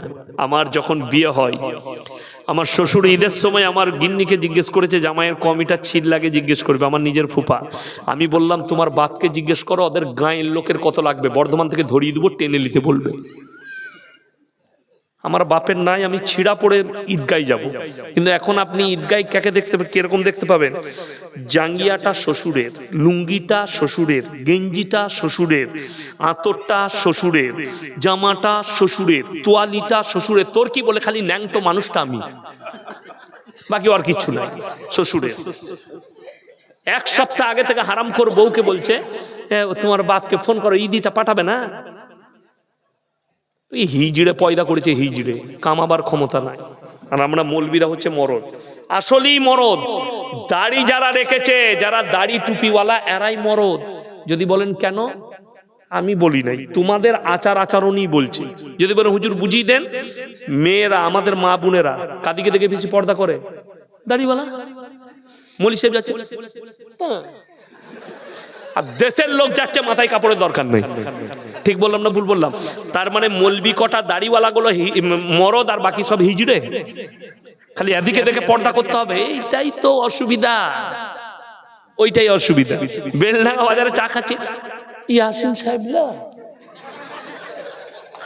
আমি বললাম হ্যাঁ, খালি আমাকে দেখে লুকো, বাকি সব খোলা থাক, বাকি মরদরা দেখুক তোমাকে। দুঃখ ওইটাই মায়েরা, পর পুরুষের কাছ থেকে তোমাকে পর্দা করতে হবে, যে কোনো পুরুষ হোক, দাড়ি চাচা দাড়িওয়ালা। এই মুসলমান কত নিকৃষ্ট দেখুন, ইনি পাগড়ি পরেছেন, পাগড়ির ওপরে জ্যাকেট, রুমাল। আচ্ছা দেখতে খারাপ লাগছে না ভালো লাগছে? ভালো লাগছে মাশাআল্লাহ। আমার পাশে ইনি বসে আছেন মাশাআল্লাহ, আর আমি জানি না আমাকে কেমন লাগছে, তোমরা জানো। ইনি বলছেন মাশাআল্লাহ। যাই হোক, একটা বাংলাদেশের ছেলে আমাকে ফোন করে বলছে, হুজুর ছেলেদের সোনা পড়তে নাই কেন? আমি বললাম হারাম। বলে দলিল দেন। আমি দুটো হাদিসের দলিল পাঠিয়ে দিলাম তাকে, চ্যাপ্টার তুলে। সে বলছে ওয়া দলিল মানবো না। আমি কি লাগবে? বলছে আমাকে বুঝতে হবে। আমি তুমি এক কাজ করো, আমরা বিয়ে হয়েছে? বলে হ্যাঁ। আমরা তোমার বউ কানের পড়ে? বলে হ্যাঁ। আমরা তুই কাল থেকে দুটো কানের পড়বি। আমি তোর বউ নাকের পড়ে? বলে হ্যাঁ। তুই কাল থেকে একটা নাকের পড়বি। হাতের দুটো বালা তোর বউ পড়ে? তো বলে হ্যাঁ। আমি তুই পড়বি। গলায় একটা হার পড়বি, দিয়ে দেখবি তুই কোনটা তোর বউ কোনটা ধরা যাবে না, তোরা দুজনেই কনফিউজ হয়ে যাবি। দিয়ে তাকে বললাম বুখারী শরীফের হাদিসে আছে, কোন পুরুষ যদি নারীর মতো রূপ ধারণ করে আল্লাহ তার দিকে তাকিয়ে দেখবেন না। তাদেরকে বলা হবে তোমরা নারীর রূপ ধারণ করে দেখাও, তারা বলবে অক্ষম, আল্লাহ তাদেরকে জাহান্নামে নিক্ষেপ করবে। যে নারীরা পুরুষের মতো রূপ ধারণ করবে, বুখারী শরীফের হাদিসে আছে, আল্লাহ তাদের দিকে তাকাবেন না। তাদেরকে বলা হবে পুরুষের মতো রূপ ধারণ করো, তারা বলবে আমরা অক্ষম, আল্লাহ জাহান্নামে নিক্ষেপ করে দিবে। যারা জেন্ডার পরিবর্তন করছে তাদের জান্নাতে যাবার আর কোনো রাস্তা নাই। জেন্ডার মানে জানেন? পুরুষ থেকে মহিলা, মহিলা থেকে পুরুষ হচ্ছে যারা, যারা নিজেদের জেন্ডার আল্লাহর কুদরতের সঙ্গে ছেড়খামি করছে। এদেরকে আল্লাহ কুদরতি আমাদেরকে কান দিয়েছে, নারীদের ফুটো করা যায় যাচ্ছে, আমাদের যায় যাচ্ছে। তাহলে অনেক ছেলেকে দেখিয়ে দেবো হারামখোর কানে বালি পড়েছে, পড়েছে না পড়েনি? ই আবার জান্নাতের আশা করে। হ্যাঁ, এ তো জান্নাতে যাবার খুব আশা। হাতে বালা পড়ছে, যাদের হাতে চেন আছে বালা আছে খুলে দিবেন, একটা করে ভালো ঘড়ি পড়বে, জায়েজ আছে। কিন্তু হাতে চেন পরা হারাম, হাতে বালা পরা হারাম। এগুলো নারীদের আখলাক আর চরিত্র। তোমার জানা নেই? হাতে বালা পরা হালাল হলে মৌলবীরা আগে পড়তো, হাতে চেন পরা আগে জায়েজ হলে আমরা মৌলবীরা পড়তাম। তুমি পড়েছো একটা রূপোর চেন। আমি ইয়াসিন জলসা করি, আমি একটা সোনার চেন পড়তে পারতাম, পারতাম না? পারতাম না। কিন্তু হারাম বলেই তো পড়িনি, হারাম বলেই তো ইউজ করিনি। বেটার বিয়েতে গান বাজনা করছো, হিজড়ে নাচাচ্ছ। আশা করি আপনাদের এখানে নাই, গান বাজনা হয়? হয়। তাহলে আপনি বলুন, গান বাজনা ইসলামী শরীয়তে হারাম না হালাল? হারাম। তাহলে একটা মুসলমান কি করে গান বাজনা করতে পারে? আমার এক বন্ধু আমাকে দাওয়াত দিল, আমার শালা বলেছে আপনাকে দিয়ে বিয়ে পড়াবে। আমরা আলহামদুলিল্লাহ, কিন্তু আমি কোনো গান বাজনা অবৈধ কাজ হলে সেই জায়গায় থাকি না। আমি আত্মীয়র বিয়ে থেকেও পালিয়ে যাই। বলে হুজুর কিচ্ছু হবে না। আমি ড্রাইভারকে বললাম মুর্শিদাবাদে জলসা আছে, চল আগে আগে বেরিয়ে যাই, খানা খেয়ে বেরিয়ে যাবো। চলে এলাম। তো একটা মেয়ে একটা নাকের, একটাই হবে না, আমাকে দিলে 5টা দিতে হবে। হয়ে যাবে? তাহলে 5টা তুমি আদায় করে নিয়ে এসো। যাই হোক, তো আমি গাড়ি নিয়ে বেরিয়ে গেলাম, মুর্শিদাবাদে জলসা আছে, খেয়ে দিয়ে চলে যাব বিয়ে পড়িয়ে। আমি যখন ঢুকলাম, আমাকে বললো হুজুর এইটাই হবে। ঢুকে তখন দেখছি ডিজে বাজছে, ডিজে। আমি বললাম না, আমাকে তো বলেছে এইসব কিছু হবে না, তাহলে এই বিয়ে বাড়ি হতেই পারে না। মেয়ের বাপটা ছুটে এসে বলছে হুজুর এই বাড়িটাই। না তো, আমাকে তো এরকম কথা হয়নি, গান বাজনা হবে না। ওটা ছোট ছেলেরা বাজে, আমি তুমি হিজড়ে, ছোট ছেলেরা বাজে তুমি হিজড়ে। আমি বললাম এই বিয়ে ইয়াসিন সাহেব পড়াই না, তোমাদের জানা নাই। আমি আমার নিজের আত্মীয়র বিয়ে থেকে পালিয়ে এসেছি, পা গাড়ি থেকে বার করি না, আমার ড্রাইভার জানে। আমি বেরিয়ে পালিয়ে গেলাম, খানাও খাই না, হোটেলে খেলাম, কুলিতে একটু খাবার খেলাম, পালিয়ে এলাম জলসাই। সে আমার সাথে 3 মাস কথা বলেনি, রেগে। আমি বলেছিলাম যেদিনে সে হক বুঝবে সেই দিনে সে আমার হাত ধরে ক্ষমা চাইবে। 3 মাস পরে আমার হাতে ধরে ক্ষমা চাইছে, আমি অন্যায় করেছি হুজুর, কথা দিয়ে কথা রাখতে পারিনি, সত্যিকারই এটা অন্যায় হয়েছিল। আমি বললাম আল্লাহ তোমাকে হিদায়াত দিয়েছে, এটাই আমার কাছে শুকর আদায় যে তোমাকে হিদায়াত দিয়েছে। আমি শর্ত রেখে দিই, আমি আমার ছাত্রের বিয়ে পড়াতে মসজিদের ভেতরে বিয়ে পড়াবো। আমার নিজের আত্মীয়র বিয়ে পড়িয়েছি, মুম্বাইয়ে থাকে আমার ভাইরা, ভাইয়ের বুনাই, সেটাও আবার আমার ফুপুর ননদের মেয়ের বিয়ে আমাকে দাওয়াত দিয়েছে, মানে ওটাও আমার ভাগ্নি হচ্ছে। আমি বললাম মসজিদের ভেতরে নিকাহ হবে, বিয়ে পড়েছি মসজিদের ভেতরে নিকাহ। আমি বললাম মুম্বাই থেকে খেজুর এনেছিল, আমি ছড়িয়ে দাও। চারিদিকে চিঠি দিলে মসজিদের ভেতরে একটা বয়স্ক চাচা বলছে, ইয়া আবার নতুন ডিজাইনের বিয়ে কবে থেকে আপনারা স্টার্ট করলেন? আমি বললাম চাচা তোমার সব পেকে গেছে, তুমি পাকোনি। বলছে কেন? আমি বললাম এইটাই সুন্নত তরিকা। বলছে খেজুর ছিটানোটা? আমরা হ্যাঁ এইটাই, ছোয়ারা ছিটিয়ে দেওয়া এটাই সুন্নত। আলেমদিকে জিজ্ঞেস করুন, নবীজি সাল্লাল্লাহু আলাইহি সাল্লামের জামানায়, সাহাবীদের জামানায়, তাবিঈনদের জামানায়, তাবে তাবিঈনদের জামানায় মসজিদের ভেতরে নিকাহ হয়েছে, যার কারণে কোনো রকমের পাপ হয়নি। আজকে নিকাহটাকে টেনে প্যান্ডেলে নিয়ে গেছে, এক হারামখোর এই কোণ থেকে, এক হারামখোর ওই কোণ থেকে। একজন বলছে কলমটা ধরো, যে হারামখোর ভিডিও করছে। কোথা থেকে পেলে? অনেকজন বলবে হুজুর আপনারও তো জলসা ভিডিও হচ্ছে। ইমানদারির সঙ্গে বলুন, বিয়ের ভিডিওটা ইসলাম প্রচার হবে না? প্রচার হবে না? হবে। বিয়েতে ভিডিও করলে ওটার দ্বারা ইসলাম প্রচার হবে। আর এই জলসাটা শোনার পরে ইসলাম প্রচার হবে না? হবে না? হবে। কেন হবে বলে দিই। আমি এই গতকালকে একটা দোকানে চা খেলাম, হিন্দু ভাইয়ের দোকান। সে বলে স্যার আপনার জলসা আমি সব সময় শুনি, সব সময় আপনার। এই দেখেন মোবাইল খুলে দেখালে বলে আপনার ছাড়া কারণ নাই। আমি কোনো গান ফান শুনি না, শুধু আপনার বক্তব্য শুনি, রাতের বেলায় ঘুম আসে। তাহলে আল্লাহ যদি তাকে কবুল করে নেয়, এতে ফায়দা আছে না নাই? ফায়দা আছে। একটা অমুসলিম ভাইয়ের কাছে ইসলামের দাওয়াত পৌঁছাচ্ছে এটার দ্বারা, কিন্তু তোমার ভিডিওর দ্বারা কার কাছে দাওয়াত পৌঁছাচ্ছে? এই যে আর এক হারামখোরের উৎপত্তি হয়েছে। এই মুর্শিদাবাদের নদিয়া বাড়ি শফিক না কি নাম ওই হারামখোরটা? শফিক। আপনার সন্তানকে যারা ভিডিও দেখাচ্ছেন তারা জিনার রাস্তায় ঠেলে দিচ্ছেন, সন্তানের ভবিষ্যৎ নষ্ট করছেন ওই হারামখোরের ভিডিও দেখানো মানে। আমাকে যদি একদিনের জন্য মুখ্যমন্ত্রী করেন, 24 ঘন্টার ভেতরে এই হারামখোর যারা নাচানাচির ভিডিও করছে জেলের কুঠরিতে ভরে এদিকে ফাঁসি দিয়ে দেব। যারা কওমকে ধ্বংস করছে, আমাদের বাচ্চাদেরকে ধ্বংস করছে। আমাদের ভারতের একজন আর্টিস্ট, তার নাম হচ্ছে সনু সুদ, বলিউডের আর্টিস্ট, খুব ভালো। তিনি বলেছেন অস্ট্রেলিয়ার মতো ভারতেও বাচ্চাদের জন্য মোবাইল ইউজ করা নিষিদ্ধ করা দরকার। সোশ্যাল মিডিয়া 10 বছর বয়স, নানির কাছে নানি আমি ফার্স্ট হয়েছি, একটা মোবাইল দিবে না? নানি বলছে দুব্বো ভাই দাঁড়া। বলছে কবে দিবি? বলছে তোকে ঠিক দেবো। দিয়ে নানি এখন কোমরে কাপড় গুঁজে চলে গেল বন্ধন লোন না হলে গ্রুপ লোন নিতে। আপনাদের এখানে নাই? আছে তো? আমি বললাম লাস্টে খুঁচে দিয়ে যাবো মা বোনদিকে, গাল দেয় দিবে। গ্রুপ লোনে কিন্তু লাভ হয়েছে মায়েদের, কিছু লাভ হয় না, একটা লাভ হয়েছে। 10টা করে মেয়ে গ্রুপ করেছে, তাদের মধ্যে একজন হেড, আর 9টা মেয়ে তাকে ম্যাডাম বলে। সে মনে করে আমার যাহা তাই ব্যাপার, এমনি ম্যাডাম হতে পারে না, সুদ খাওয়ার ম্যাডাম হয়েছে। আল্লাহ মাফ করুন। বেঈমান কাফেররা বুঝতে পেরেছেন কতটা কামিয়াবি লাভ করেছে।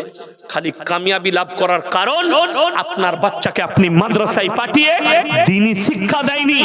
এই মা বোন এবং আপনি আমি যারা আমাদের বিবিদিকে গ্রুপ লড়ার বন্ধন লোনে ঠেলে দিচ্ছি, এত জলসা, এত মাদ্রাসা, এত কোরআন হাদিসের তালিম, তারপরও তারা কামিয়াবি লাভ করেছে, আমরা করতে পারিনি। প্রত্যেক ঘরে ঘরে সুদ ঢুকিয়েছে তারা। অথচ আপনি জানেন, খুলে দেখুন, আদানির 3000 কোটি টাকা সরকার মওকুফ করেছে কেন্দ্র সরকার। কত হাজার বললাম?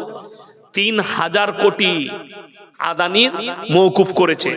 আর আপনার বিবি বন্ধন লোন নিয়েছে, প্রত্যেক দিন ব্যাংকের লোক দরজায় হাজির। একজন লোন নিয়েছে যে ও জানে প্রত্যেক দিন আসবে, ও ঠিক 10টার আগে বাড়ি থেকে বেরিয়ে পালিয়ে যায়।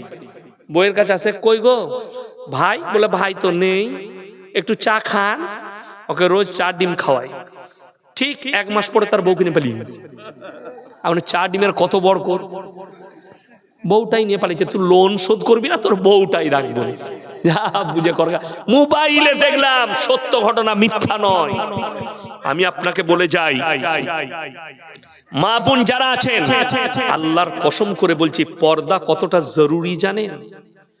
পর্দা যদি ইসলামে না থাকতো তো তোমাদের থেকে আগে আমরা বৌদিকে নিয়ে পার্কে ঘুরতে যেতাম, রেস্টুরেন্টে খেতে যেতাম, দামি দামি জায়গা যেতাম। শুনেছেন? যদি মুর্শিদাবাদে আমি এত জলসা করি, আমি কিন্তু উত্তরবঙ্গে ছাড়া জলসা লিই না, দক্ষিণবঙ্গে আমার জলসা নেই। সেদিনে খড়গপুরে একটা জলসা করেছি, আমি যাব না, ছাড়বে না। আমি বললাম আমাকে কিন্তু 50,000 টাকা লাগবে, বলে 45ই লাগবে আমাকে, অ্যাকাউন্টে ভরে দিলে, বলে আসতেই হবে, করতে হবে জলসা। 45,000 টাকা দিয়েছে জলসা, আমি লুবো না, ছাড়বে না। আমি দক্ষিণবঙ্গে করি না, কেন? জলসা শোনার মানসিকতা নাই, 10টার পরে লোক খেয়ে দিয়ে পালিয়ে যায়, বিরিয়ানি খাবার জলসা। কিন্তু মুর্শিদাবাদ নদিয়ায় মাশাআল্লাহ মানুষ দিনের কথা শুনে, আপনারা বসে আছেন, আপনাদের কিভাবে শুকর আদায় করবো আমি ভেবে পাচ্ছি না। আপনারা আমার সাথ দিয়েছেন, আমি বুঝতে পারছি ঠান্ডা আমাকেও লাগছে, তারপরেও আমি কথা রাখছি, আপনারা যে আমার সাথ দিচ্ছেন, আমি জান ভরে আপনাদের লেগে দোয়া করব। যাই হোক, আমি যেটা বোঝাতে চাইছি, যে পর্দা এত মারাত্মক জিনিস, কোরআনে আছে ওয়াদরিব খুমুরিহিন্না আলা জুনুবিহিন, হে নারী তোমরা পর্দা নির্ধারিত করো, কোনোদিন ধর্ষিত হবে না, লাঞ্ছিত হবে না, তোমরা কোনোদিন খারাপ জায়গায় পৌঁছাবে না। আজকে ভেবে দেখুন, গোটা পশ্চিম বাংলা, আমার বাজার না ভাই, রেকর্ডিং হচ্ছে, এতগুলো ইউটিউবার আছে, রেকর্ডিং হচ্ছে, সবাই দেখবে, আমার জেলার লোক, আমার কাছের লোক। আজকে আমার সাথে এসছে আমার নাসির ভাই, নার্সিং মালিক, তিনিও জানেন। আমার গিন্নি কোন বাপের বেটা বর্তমান টাউনে কিংবা গোটা গলসি বাজারে, আমার থানার নাম গলসি, কেউ যদি বলতে পারে ইয়াসিন সাহেবের স্ত্রী বোরকা পরে পর্দার সঙ্গে একটা রুমাল কিনেছে, আমি তার জুতোর মালা পরবো ইনশাআল্লাহ। জীবনে কেউ বলতে পারবে না। কোন বাপের বেটা যদি বলে দেয় ইয়াসিন সাহেবের স্ত্রী অমুকের বাড়িতে এসে বিয়ের প্যান্ডেলে বসে, প্যান্ডেলে বসা তো দূরের কথা, কোন বাপের বেটা কোটিপতি থেকে গরিব থেকে ধনী কেউ হিম্মত হবে না ইয়াসিন সাহেবকে বলে দিয়ে আপনার বিবিকে প্যান্ডেলে পাঠাবেন, খেয়ে যাবে। তার জন্য আবার জুতো রেডি আছে। আমার বিবি, আমাদের বিবি আজকে একটা প্যান্ডেলে মরদ আর মেয়ে একসাথে বসে খাচ্ছে, ঠিক কিনা? আর এমন পোশাক পরে নারীরা আসে, শয়তানু এদিকে দেখে লজ্জা পায়। রাসূলের হাদিস মায়েরা শুনেন, আখরি জামানায় নারীরা পোশাক তো পরবে, তারপরও ন্যাংটো থাকবে। কেমন বলে দিই, এখন বোরকা বেরিয়েছে কিন্তু স্কিন টাচ একদম টাইট হয়ে লেগে আছে, সব বোঝা যাচ্ছে। এটা শরীয়ত সম্মত বোরকা নয়, শরীয়ত সম্মত পর্দা নয়। একটা মেয়ে বলবেন যে গায়ে চাদর নিয়েছে, শাড়ি পরছে, শাড়ির ওপর একটা চাদর পরেছে, চাদরের উপরও পেটটা বেরিয়ে যেতে পারে না? পারে না? পারে। ওই জন্যই তো বোরকা। আপনার স্ত্রী শাড়ি পরছে, আমি নিষেধ করবো না, এটা আঞ্চলিক পোশাক, কিন্তু বাইরে বের হলে সে যেন একটা বোরকা পরে, এমন বোরকা পরবে বাইরে থেকে যেন বোঝা না যায় এর ভেতরে যে নারীটা আছে কে আছে, তার গঠনটা কেমন, এটা যেন বোঝা না যায়। আমাদের দেশে তো এখন বিয়ে হচ্ছে এরকম প্যান্ডেল করছে, প্যান্ডেল করে জামাই আর বউকে বসাচ্ছে, দুটো চেয়ার দিয়ে বসাই না, বসাচ্ছে, দিয়ে গোটা দেশের লোক দেখ আমার বউ এইটা। আর ওর বন্ধুরা যখন আসবে তখন বলা বলি করবে, 4-5টা বন্ধু এসছে, হ্যাঁ বউটা ভালোই হয়েছে, বলবে দেখবে মালটা কেমন পেয়েছে, তোর বউকে মাল বলবে। এটা বাস্তব বলছি। আর হাদিস কুরআন বলছে যে তোমার বিবি হলো, অর্ধাঙ্গিনী হলো, তুমি ছাড়া জানো পৃথিবীতে কেউ তাকে না দেখে, কেউ না দেখে। আমার বিয়েতে আমার কয়েকটা বন্ধু এসেছিল ক্লাস ফ্রেন্ড, তো আমাকে বললে ভাবির সাথে দেখা করব। আমি তাকে বললাম ওই বই তো আমি পড়ি নাই, তুই কি করে পড়লি? তুই তো আমার সাথে পড়েছিস। আমার সাথে তাহলে আর সম্পর্ক রইল না, সম্পর্ক ছিন্ন করে দাও। কিন্তু এই বই ইয়াসিন পড়েনি, কোন রকমের চান্স নাই। আমার অর্ধাঙ্গিনী আমি ছাড়া কেউ দেখবে না। তোমাকে কে বললে? আমি বললাম আবার আমার মাদ্রাসায় ভর্তি হ, মৌলবি পর, তবে বুঝতে পারবি ইয়াসিনের কাছে দরজগায় বসলে, তবে জানতে পারবি পর্দা কি। আমরা তোমার বাড়ি, তোমার মুখের ভাষাতে বোঝা যাচ্ছে তোমার পরিবেশ কি আছে। বড় কষ্ট লাগে। ইয়াসিন সাহেবকে আপনি ভালোবাসতে পারেন, আমার সঙ্গে মহব্বত থাকতে পারে, আপনি আমাকে বাড়িতে ডেকে আপনার মেহমানখানায় 1 কাপ চা খাওয়াতে পারেন, ঘরে নিয়ে গিয়ে বসুন, কই ঘর তোমার ভাই এসছে ইয়াসিন সাহেব, নিয়ে একটু ভাবির সাথে গল্প করুন, আমি মিষ্টি নিয়ে আসি। হারাম কর 3 দিন তোর বউয়ের সাথে ওরকম গল্প করতে পেলে 4 দিনের মাথায় তো আমি এমনি নিয়ে পালাবো। কথাটা বুঝতে পারেননি? আর রেখে যাব ওকে, এমনি নিয়ে পালাবো। ওই জন্য অনুরোধ করছি, পর্দা সবাই করবেন ইনশাল্লাহ। পর্দা অবশ্যই করেন। আপনার দরজায় লিখে দেন বিনা অনুমতিতে প্রবেশ নিষেধ পরপুরুষের জন্য। আপনি বাড়ির পুরুষ, আপনি বাইরে গেছেন, বাজার গেছেন, বেলডাঙ্গা গেছেন কিংবা সারগাছি গেছেন, ঘুরে এসে যখন ঢুকবেন দরজায় সালাম দিয়ে ঢুকতে হবে, আসসালামু আলাইকুম। জোরে বলবেন, কেন জানেন? আপনার বিটি আছে, বউ আছে, বৌমা আছে, বোন আছে, তারা বাড়িতে মেয়েরা কাজ করে না, করে না, কাজ করতে করতে মাথার কাপড় সরে যেতেই পারে, পিঠের কাপড়টা সরে যেতেই পারে। যখনই সালামের আওয়াজ পাবে সবাই নিজেকে ঢেকে নিবে, আপনারও চোখ হিফাজত হবে, ইজ্জত বেঁচে যাবে। কিন্তু আমাদের দেশে হোলসেল করা আছে। পাড়ার ছেলে আসছে, কই গো ভাবি, কি করছো? আর ভাবির গায়ে কাপড় নাই। ঠিক বললাম না? রাগ করেন না, আমি কিন্তু বাস্তব বলছি। সেই পর পুরুষটা আপনার বাড়িতে কেন যাবে ভাবি বলে? দরজায় রাখা থাকবে, বিনা অনুমতিতে প্রবেশ নিষেধ নেই। আসসালামু আলাইকুম, ভাইজান আছেন? জি এখন তো নেই, বেলডাঙ্গা গেছে, আপনি পরে আসবেন। কোথা থেকে এসছেন? বলে আমি বহরমপুর থেকে এসেছি। আচ্ছা ওইদিকে মেহমানখানাটা খুলে দিচ্ছি, ওখানে বসে থাকুন, আসছে ভাই। মেহমানখানা খুলে দিলেন। যদি মেহমানখানা না থাকে আপনি বাইরে একটু বসুন, চায়ের দোকানে চা খান, উনি আসছেন, ঢুকতে দিবেন। এইটাই তো আমাদের ক্ষতি। আপনি বিশ্বাস করুন তো, আমি ইয়াসিন সাহেব আমাকে দাওয়াত দিয়েছে, মোল্লা সাহেব সভাপতি সাহেব, ইনি মাদ্রাসার শিক্ষক, ইনাদের বাড়িতে গেলে বইয়ের পাশে বসতে দিবে? কথা বলবেন, আমরা দুবো?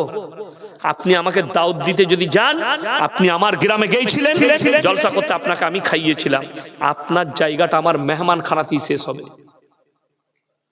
পরিবার তো দূরের কথা, আমার বাড়ির ভেতরে ঢুকতে দেবো না তোমার, পর্দার খিলাফি হবে বলে।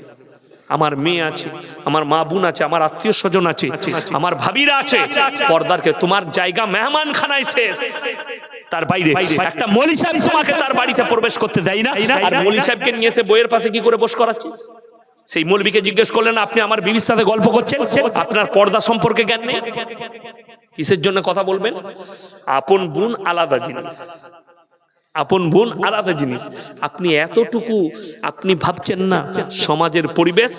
এই আখরি জামানায় মায়েরা শুনেন, দুটো কারণে মায়েরা বেশি জাহান্নামে যাবে। কটা কারণে বললাম? দুটো। নাম্বার 1 বেপরদাহি, নাম্বার 2 স্বামীর অবাধ্যতা। স্বামীর অবাধ্যতা। স্বামী নেই, সৌদি আরবে থাকে, ও পাড়া ঘুরে বেড়াচ্ছে, দেশ ঘুরে বেড়াচ্ছে। স্বামীর বিনা অনুমতিতে মায়ের ঘরটাও যেতে পাবে না। স্বামীকে ফোনের যুগ আছে, আমি আজকে মায়ের বাড়ি যাচ্ছি, স্বামী যদি হুকুম দেয় তবে যাবে, না হলে যেতে পাবে না। কে বললো তোমাকে? আর এখানে কি হয় জানি না, অনেক গ্রাম আছে ঠিক আসরের পরে নাইলে জোহরের পরে খানা খেয়ে গ্রুপ বসে, গ্রুপ দরজার বাইরে দিয়ে গল্প করে, পাড়ায় গ্রুপ বসে এক একটা জায়গায় দিয়ে মেয়েরা লোকের কুচ্চ গায়। ঠিক বললাম না ভুল বললাম? যদি বেরোয় জেনে রেখে দিবেন অপরাধী। আমার ভাই সবাই হাত তুলে বলুন তো, কোরআনের সাথে মহব্বত করবো ইনশাআল্লাহ? হাত তুলেন, জোরে বলুন ইনশাআল্লাহ। কোরআনের সাথে যদি মহব্বত করেন, কোরআনে পারা কটা আছে? 30টা। শুনেলেন একটা কথা, 3টে সাদকা দুনিয়াতে করে যাবেন, কিয়ামতের সকাল পর্যন্ত কবরে শুয়ে শুয়ে নেকি পাবেন। জোরে বলুন সুবহানাল্লাহ।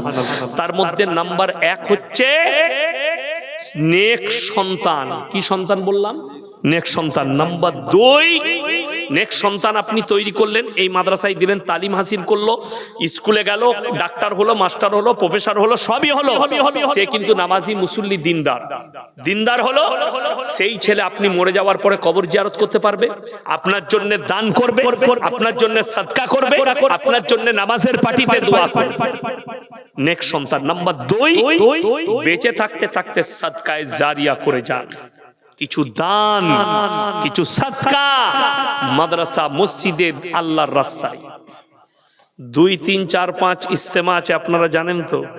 পৈনানে যাবেন ইনশাআল্লাহ? যাব বলুন, সবাই বলুন যাবো ইনশাআল্লাহ। হ্যাঁ, দোয়া নিতে যাবেন। আমার বন্ধুগণ, আমার ভাই, একটা কথা শুনেন, এই সাদকায়ে জারিয়া বড় কাজ। আপনি কবরে চলে যাবেন, মাদ্রাসার এই মাদ্রাসায় যত শিক্ষা অর্জন হবে প্রত্যেকটা নেকি আপনি কবরে শুয়ে শুয়ে পাবেন। মসজিদে লোক ইবাদত করবে, শুয়ে শুয়ে নেকি পাবেন।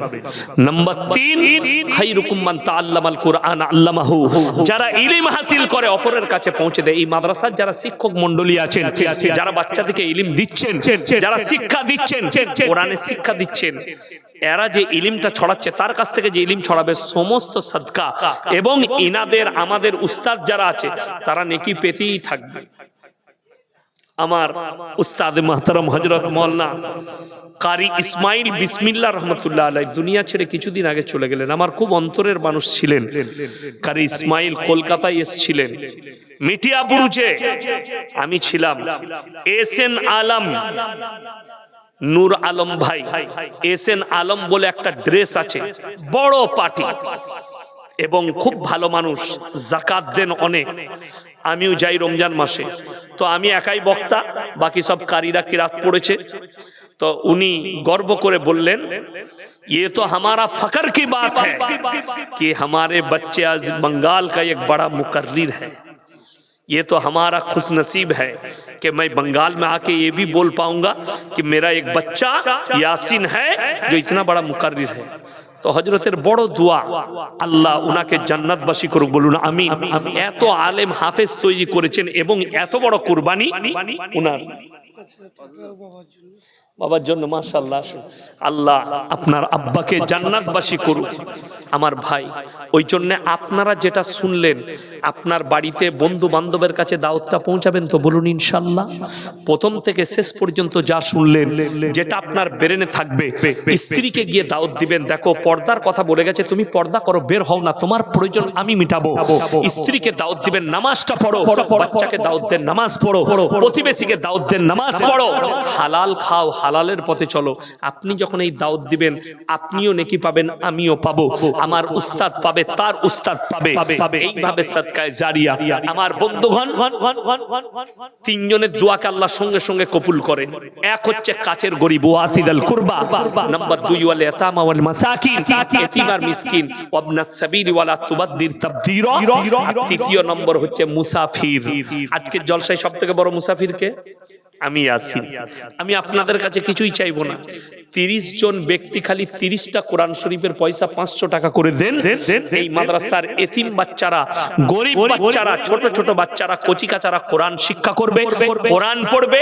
আপনি দুনিয়া থেকে চলে গেলেও শুয়ে শুয়ে নেকি পাবেন। আপনার বাপের নামে দিবেন, নেকি পাবেন। আমি খালি বলবো, আমার ভাইজান 30টা কোরআন শরীফের পয়সা আমার হাতে দিয়ে যান পটপট করে। যদি না থাকে ফোন পেতে দেন 30টা। মাশাআল্লাহ, আসুন, জাযাকাল্লাহ।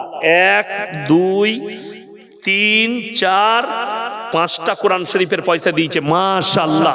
আল্লাহ ভাইয়ের হায়াতে বরকত দেখ।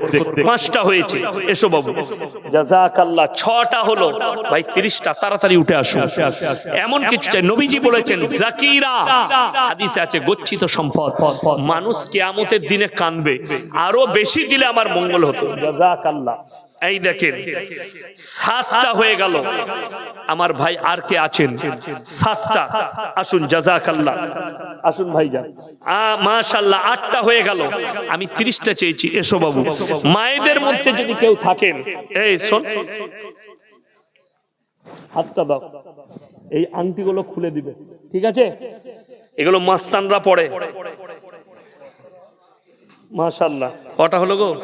9টা। মাশাআল্লাহ। 10টা, জাযাকাল্লাহ। 11টা, মাশাআল্লাহ। 12টা, 13টা, 5টা আছে। 13 আর 5 কত? 18, মাশাআল্লাহ। 19, 20, 21, মাশাআল্লাহ। 22, 23, 24। তাড়াতাড়ি উঠে আসুন। মায়েদের মধ্যে কে আছে?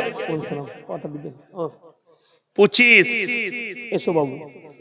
26, 27, মাশাআল্লাহ। 28, জাযাকাল্লাহ। 28টা হলো, মাশাআল্লাহ। 29 দেন, জাযাকাল্লাহ। 30, 31, 32, 33,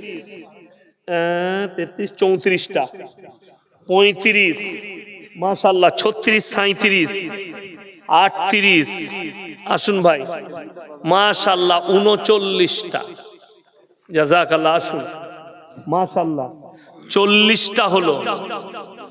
হ্যাঁ গো ভাই, আর 10টা হবে না ইনশাআল্লাহ। সেদিনে জানেন আমি বারুইপুরে একটা কথা বলেছি, যে দানে তোমরা মুর্শিদাবাদ নদিয়াকে পারবে না, দানের হাত বেশি, আপনাদিকে ফেল করে দিয়েছে বা। হ্যাঁ, বারুইপুরের লোক আপনাদিকে ফেল করে দিয়েছে কলকাতা। মাশাআল্লাহ, আসুন জাযাকাল্লাহ। এই দেখেন 41 নগদ একটা কোরআন শরীফ বেনামে দিয়েছে। 42 মাশাআল্লাহ, 43 আমার ভাই। আর কেউ আছে? আর কি আছে? রফিজের ছেলে কালু 5000 টাকা ওয়াদা। কটা হলো? 43, 44, 45, 45। আনিস ভাই 2000 মাশাআল্লাহ। আর কে আছেন? আলমজান মিত্র 1 বস্তা সিমেন্ট মাশাআল্লাহ। আল্লাহ দানকে কবুল করুক, জান্নাতি করুক। আর কে? আরফানা মিতো 1 বস্তা সিমেন্ট, আল্লাহ জান্নাতি করুক। এই দেখেন 46টা হলো। 47 নানা নানির জন্য নগদ 500 টাকা দিয়েছে, আল্লাহ ওনার নানা নানিকে জান্নাতি করুক, আল্লাহ কারোবারে বরকত দেয়। 48 হাসেরউদ্দিন মিতো 1 বস্তা সিমেন্ট, আল্লাহ ওনাকে জান্নাতি করুক। ভাই 48 হয়েছে, আর 2টো লাগবে, 50টা হয়ে যাবে ইনশাআল্লাহ। আর 2 জন কেউ নেই, 50টা হয়ে যাবে ইনশাআল্লাহ। দেখি চলে এসো। তোমার সোয়েটার নাই? পরো না এখানে, গায়ে গরমটা বেশি একটু। 49 ভালো ছেলে, 49টা হয়েছে।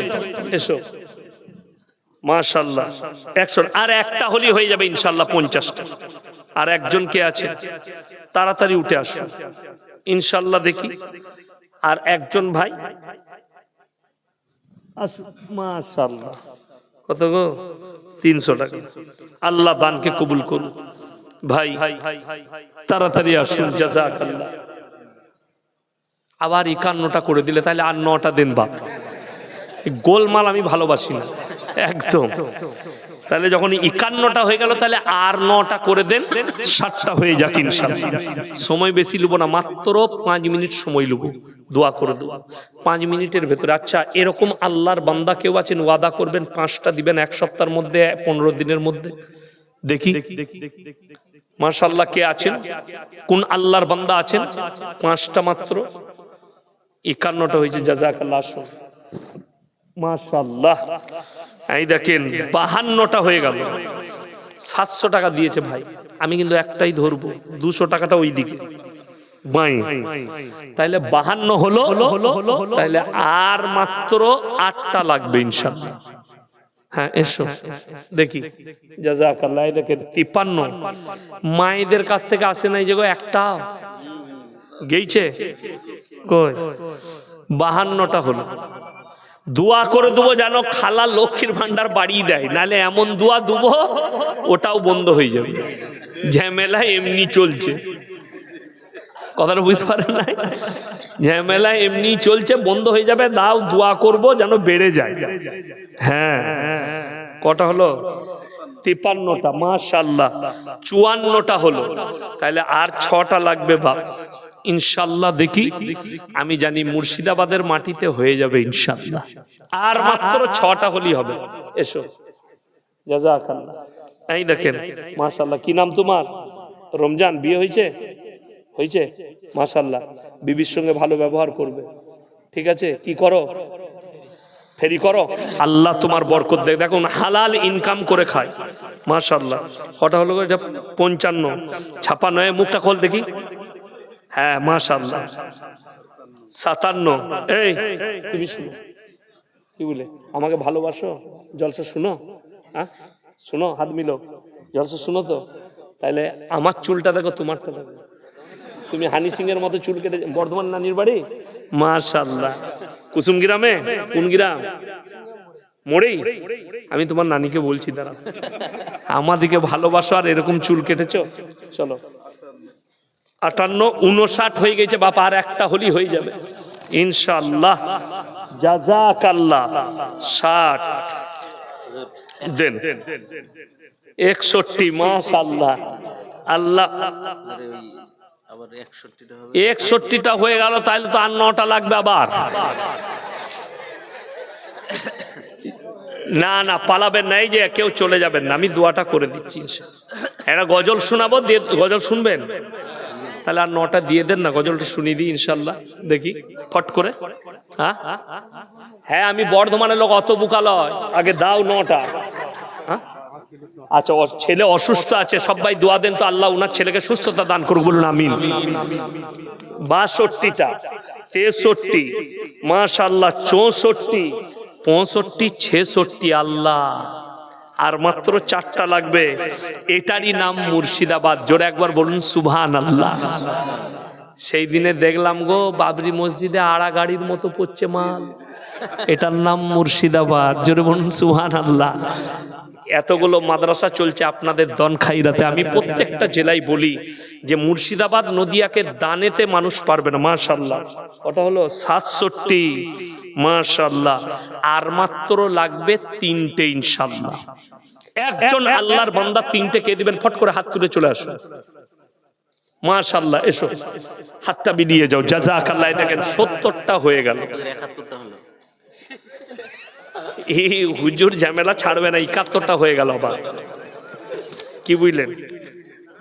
যাই হোক, মাশাআল্লাহ, জাযাকাল্লাহ। আল্লাহ তোমার হায়াতে বরকত দেখ, রুজি রোজগারে বরকত দেখ। দেখুন 70, 71টা হয়ে গেল। দেখুন রবীন্দ্রনাথ ঠাকুর একটা কথা বলেছে, গাইতে শিখেছ, থামতে শিখেছ তো?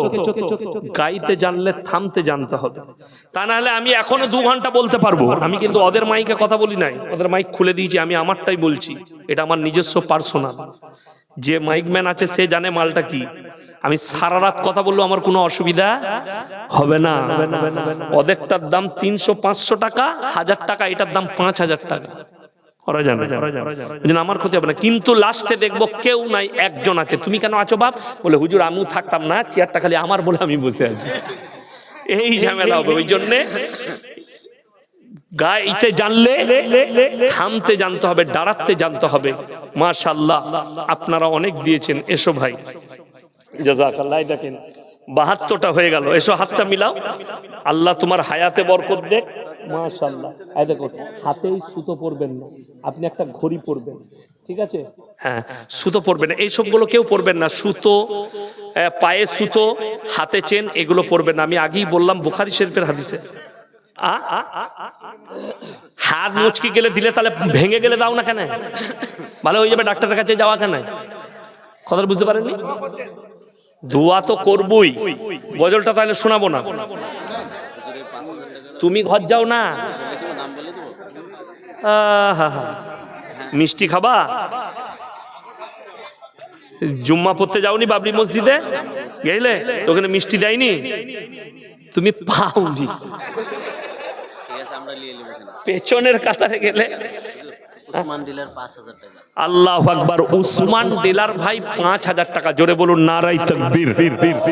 দেখলেন শেষ বেলাতে 10টা কোরআন শরীফের পয়সা, তাইলে 62 না 72 গো, 72 আর 10-এ কত বাবা? 82। আমি গজল শোনাচ্ছি, আপনাদেরকে অনুরোধ করছি, এই গজল শেষ হতে হতে আমি দোয়া করব। এই গজলের মধ্যে মধ্যেই 10, 20, 150 আমি মুসাফির মানুষ দোয়া করব। যে যা পারবেন আমার হাতে দিয়ে যান। গজল পড়তে পড়তে এই মাদ্রাসার জন্য, এতিমদের জন্য এই আঁচলে দিয়ে যান। গজল পড়া শেষ, দোয়া করে দেবো, জলসা শেষ। ভুবন জুড়ে রূপের মেলা, কদম কদম ভয়, জানি না মন কোথায় কখন পথে বসে রয়। ভুবন জুড়ে রূপের মেলা, কদম কদম ভয়, জানি না মন কোথায় কখন পথে বসে রয়। আমার চলার পথে প্রিয় কাঁটার ছড়া ছড়ি, আর পারিনে সামলাতে মন তোমার পায়ে পড়ি।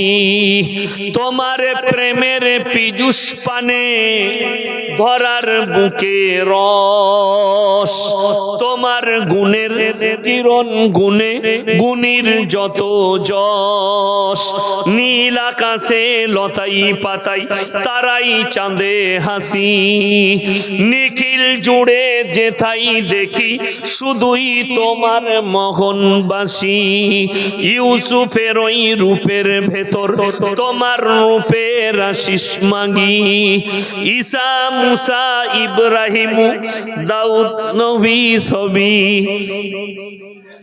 ঈসা মুসা ইব্রাহিম দাউদ নূহ সবই, সবার গুণে গুণী তুমি ওগো আমার প্রিয় নবী। সকলে বলুন সাল্লাল্লাহু আলাইহি ওয়াসাল্লাম। আমার ভাই সবাই দরুদ শরীফ পড়ুন, আল্লাহুম্মা সাল্লি আলা মুহাম্মাদিন ওয়া আলা আলি মুহাম্মাদ কামা সাল্লাইতা আলা ইব্রাহিম। মেয়েরা দিয়েছে আল্লাহ, মাশাআল্লাহ। আসুন, মায়েরা অনেক দিয়েছে গো, জাযাকাল্লাহ। আসুন ভাই, আল্লাহ হায়াতে বরকত দেখ। এটা আসুন, মাশাআল্লাহ। আমাদের মাদ্রাসা সেক্রেটারি 10,000 টাকা। মাশাআল্লাহ, মাদ্রাসার সেক্রেটারি সাহেব 10,000 টাকা শেষে, জাযাকাল্লাহ। আল্লাহ দানকে কবুল করুক। হ্যাঁ, এতক্ষণে মনে হচ্ছে বাবা বাবরি মসজিদে টাকা পড়ছে, মনে হয়নি? মাশাআল্লাহ, এটারই নাম তো মুর্শিদাবাদ বাপ। আল্লাহ হায়াতে বরকত দেখবো, রুজি রোজগারে বরকত দেখ। মাশাআল্লাহ।